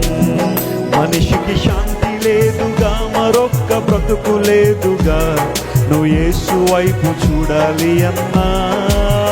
మనిషికి శాంతి లేదుగా, మరొక్క బ్రతుకు లేదుగా, నువ్వు యేసు వైపు చూడాలి తమ్మి. నువ్వు యేసు వైపు చూడాలి అక్క. నువ్వు యేసు వైపు చూడాలి అన్నా. అవును, అంధకార బంధుర లోకంలో యేసు క్రీస్తు ప్రభు లేని జీవితం వ్యర్థమే. ఆయన లేని జీవితంలో ఆశలకు వంతు లేదు. ఆఖరికి మనిషి నిత్య నరకానికి వెళ్ళిపోతున్నాడు. మోక్షం కోసం మనలో ఏ ఒక్కరూ రక్తం కార్చాల్సిన అవసరం లేదు. మోక్షం కోసం తీర్థం వెళ్ళాల్సిన అవసరం లేదు. మోక్షం కోసం మరొక పని చేయడానికి లేదు. యేసుక్రీస్తు ప్రభు సిలువ దగ్గరికి రావడం ద్వారా మనం రక్షణ పొందుతామని బైబిల్ సెలవిస్తూ ఉంది. ప్రేమగల తండ్రి, ఈరోజు మీరు మాకు ఇచ్చిన ప్రతి మంచి మాటను బట్టి నీకు వందనాలు. సంఘం యొక్క ఆధిక్యత, పెంతెకోస్తు అనే పండుగ రోజున సంఘ ప్రారంభం జరిగినప్పుడు ఆ సంఘాన్ని మీరు ఎలా నడిపించారో, ఎలా కదిలించారో, ఎలా వాడుకున్నారో అందరూ బట్టి నీకు స్తోత్రాలు. సంఘానికి మీరు ఇచ్చిన 3 ఆధిక్యతలు, ప్రార్థన, విశ్వాసము, సమాధానము ప్రభువా, ఆధిక్యతలుగా మీరు మాకు ఇచ్చారు. నీకు స్తోత్రాలు. నీవిచ్చే సమాధానం లోకంలో ఏ ఒక్కరు ఇవ్వలేరు నాయన. ఆస్తి పాస్తులు ఇవ్వలేని శాంతి సంతోషాలు, స్నేహితులు బంధువులు ఇవ్వలేని శాంతి సంతోషాలు, ధనధాన్యాలు సిరి సంపదలు ఇవ్వలేని శాంతి సంతోషాలు మా అందరి హృదయాల్లో మీరు ఉచితంగా కృమ్మరించినందుకు నీకు స్తోత్రాలు. ఈ సమాధానాన్ని ప్రతి ఒక్కరూ పొందుకోవడానికి మీరే సహాయం చేయండి. ఘనత మహిమ నీకే చెల్లిస్తూ యేసుక్రీస్తు నామం పేరిట అడిగి వేడుకొనిచున్నాము తండ్రి. గట్టిగా చెప్పండి ఆమేన్. దయచేసి కూర్చోండి. You may be seated. ఈరోజు మన ప్రియులు చలపతి గారు, మన సంఘ పెద్దలు మరొక నూతన సంవత్సరంలో ప్రవేశించారు. ఒకసారి వారికి హ్యాపీ బర్త్డే చెప్దాం. గట్టిగా చెప్పలు కొట్టి హ్యాపీ బర్త్డే చలపతి రావు గారు. God bless you. మరి ఈ రోజుకున్న ప్రాముఖ్యత